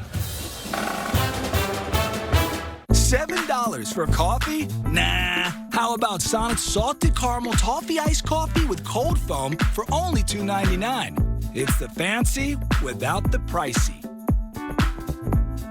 You want to live free? Fansville, Special Teams Unit. How's it look? We got multiple punctures. Evidence suggests a crime of passion. It appears we have ourselves a flag planting. Those tech fans make me sick. We got a composite. Is that a duck with ice cold Dr. Pepper? That's no duck. That's a platypus. And a mascot always returns to the scene of an upset. Get that fan! College football, it's a Pepper thing. compliments of the chef. Oh? He was so glad that he had emergency roadside service with Geico. And since they saved his bacon, he presents to you a bacon tart flambe. With Vic. Mate, look, I don't need special treatment. I'm just happy that he's happy. You're too humble, Mr. Gecko, which is why we also present to you, and I don't need special treatment, run-of-the-mill grilled cheese. Oh, now we're talking. Yes, we are. Okay. Get more savings in service. Get more with Geico. I'm the Modelo Recruiter, and I reward full-time fans. Check out this recruit. The ultimate tailgater doesn't just show up, she shows out. This full-time fan deserves a Modelo. The happiest story on earth, Sunday night at 8, 7 Central on ABC. When we're finished here in Norman, Oklahoma, we head to Miami. Malachi Toney, what an electric wide receiver he is for the undefeated Canes in the in-state battle against Florida. A great day of college football. Still a lot of action to come here. The Prairie on the Plains in front of 83,639. Auburn, a memorable drive to take its first lead. Almost as many points allowed by Oklahoma today as it gave up in their first 3 games. And now Mateer, who's 8 for his last 8 and 13 out of his last 14.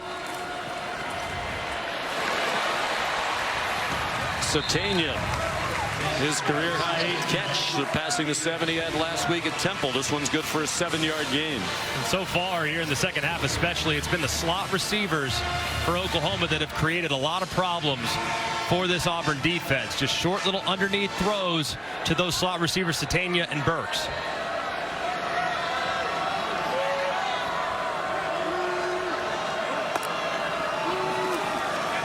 Four-man rush, well blocked. Here's Kanik.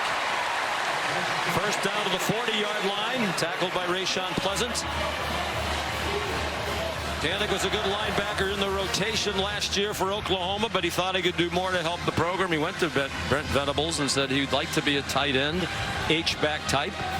Venables said, okay, we'll try it, but if we have a shortage of linebacker, we might send you back. Well, he's been a great tight end, and he's not going back to linebacker.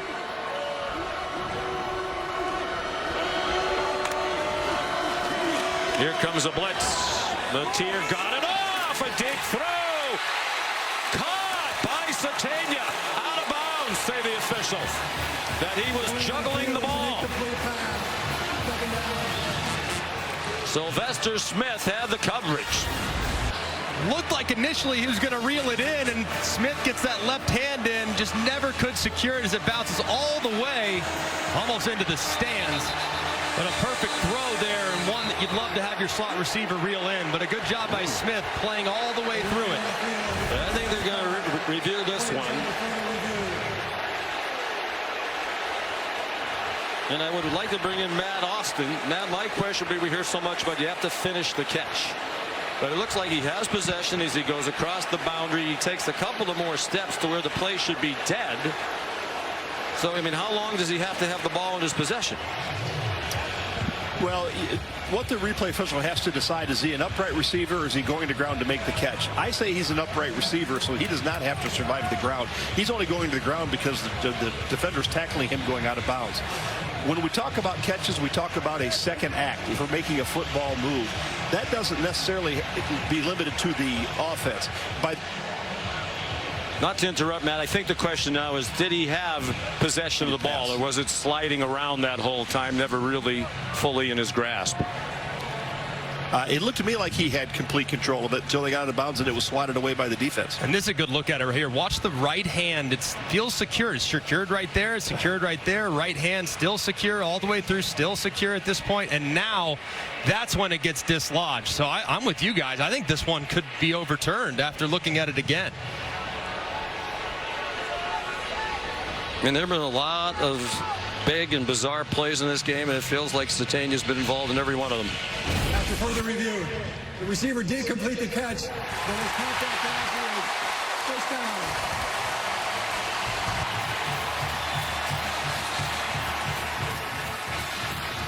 It's been an agonizing day when it comes to the officiating and replay reviews for Hugh Freeze today. All day long. And now Oklahoma at the very least in field goal range to retake the lead as we approach 5 minutes to go. It's a 31-yard play to Satania. This point of the field, too, this is really where Oklahoma, they're very pass-heavy at the top of the red zone, but as they start to get closer, this is where they start to really lean on the run game. And Auburn's been great against the run today, but can they find the necessary yards here on a pivotal drive? Career highs for Satania, 9 catches, 127 yards. And he has the Oklahoma touchdown. A blitz. Running room for Mateer. Touchdown!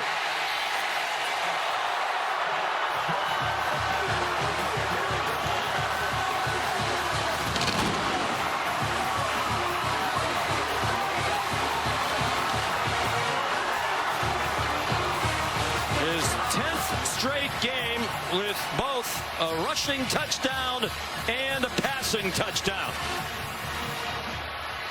And they will go for 2 to try to make it a 7-point lead with 4:54 to go.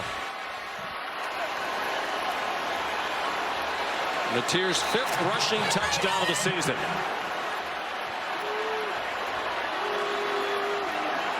Blaylock, the running back.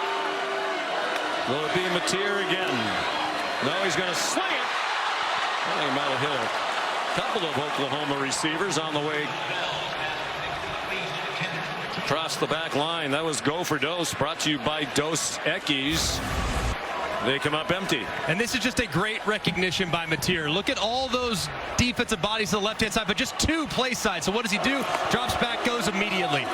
Outstanding instincts. You got great numbers. They're light on the right side. Take advantage with your legs. You got hat on a hat blocking. Has nothing between the end zone but one defender who Mateer will gladly take on for the go-ahead score.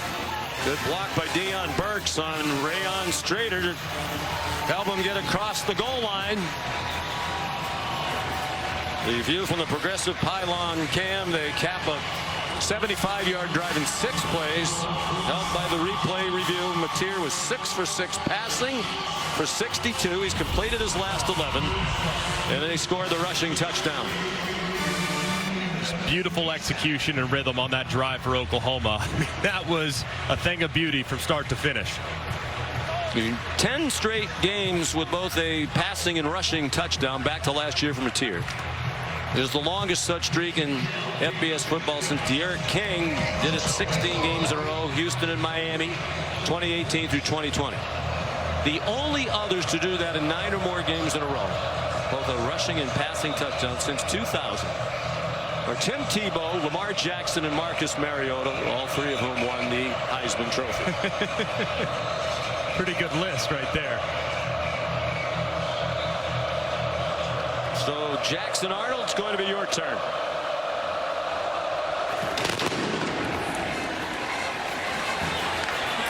Pleasant might as well try it. He's dangerous. Started 1-yard dig. There's a flag down. He made the 25. But they're likely going to bring this back. Samuel Masigo made the tackle. During the return, illegal block in the back. Receiving team, number 21. Penalties half the distance to the goal. First down.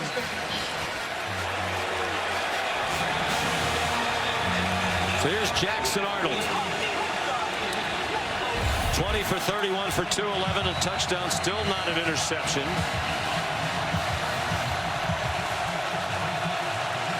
What an opportunity for this young man, too. I mean, you know he's been dreaming about it. He's tried to downplay it, but an opportunity to come back to a place that you called home and to steal one from him and drive right in front of you has to be something that guys live for. He was under the radar all week, declined all media opportunities, probably on the advice of the coaching staff and sports information folks. Jeremiah Cobb gets 2. Molly? Well, after Auburn's last touchdown, the sideline erupted, coaches and players all yelling, except for quarterback Jackson Arnold, who went straight to his iPad. All business, watching that drive back, focusing on what he missed, where he can be better. He is laser focused, and he told his team pregame, I will play my heart out to get this win. He's not celebrating or satisfied until this one's over, Sean. Hilton, the running back, on 2nd down and 7. And the clock at issue with 4:10 to go. Just one timeout for Auburn. Flag down to the line of scrimmage. Arnold scurries out of bounds near the 13. Flag thrown on the far sideline. If against Oklahoma, both teams will have double-digit penalties.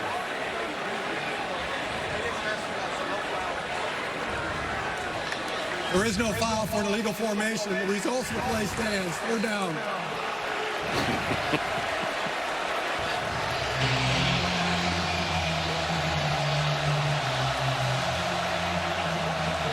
Three-yard gain for Arnold.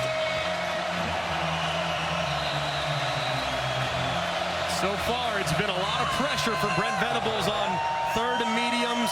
Can anticipate all those guys walking up, and Hugh Freeze had similar situation last year, threw a slant, got picked to the house. Anticipate something outbreaking, it's safe to the outside. Arnold steps away, throws, caught, 1st down. Horatio Fields. Coach Freeze raved about him yesterday, a transfer from Wake. Citing Fields as that steady force in what is still a relatively young wide receiver group. Called him kind of a father figure, and what a moment for him to step in and make his first catch of the game to pick up a big 3rd down. 3 years at Wake Forest, caught 39 balls for the Demon Deacons last year. 3:10 to go. Same formation, but they're going to probably bluff out. If they get 1-on-1, they can take it up top. Arnold, nowhere to go. David Stone there. Coach Venables raved about him yesterday, one of the most improved players in their program. 2nd and 10. You'd have to think it's 4-down territory throughout now, Greg. Under 3 minutes to go. Only one timeout left, and a field goal does you no good. These safeties kind of sneaking around right here. What do they do? Arnold under duress. Did well to stay on his feet. Here come more flags. He's down. Would be the 9th sack. Tying the school record for Oklahoma. It'll be the 6th time they've done it.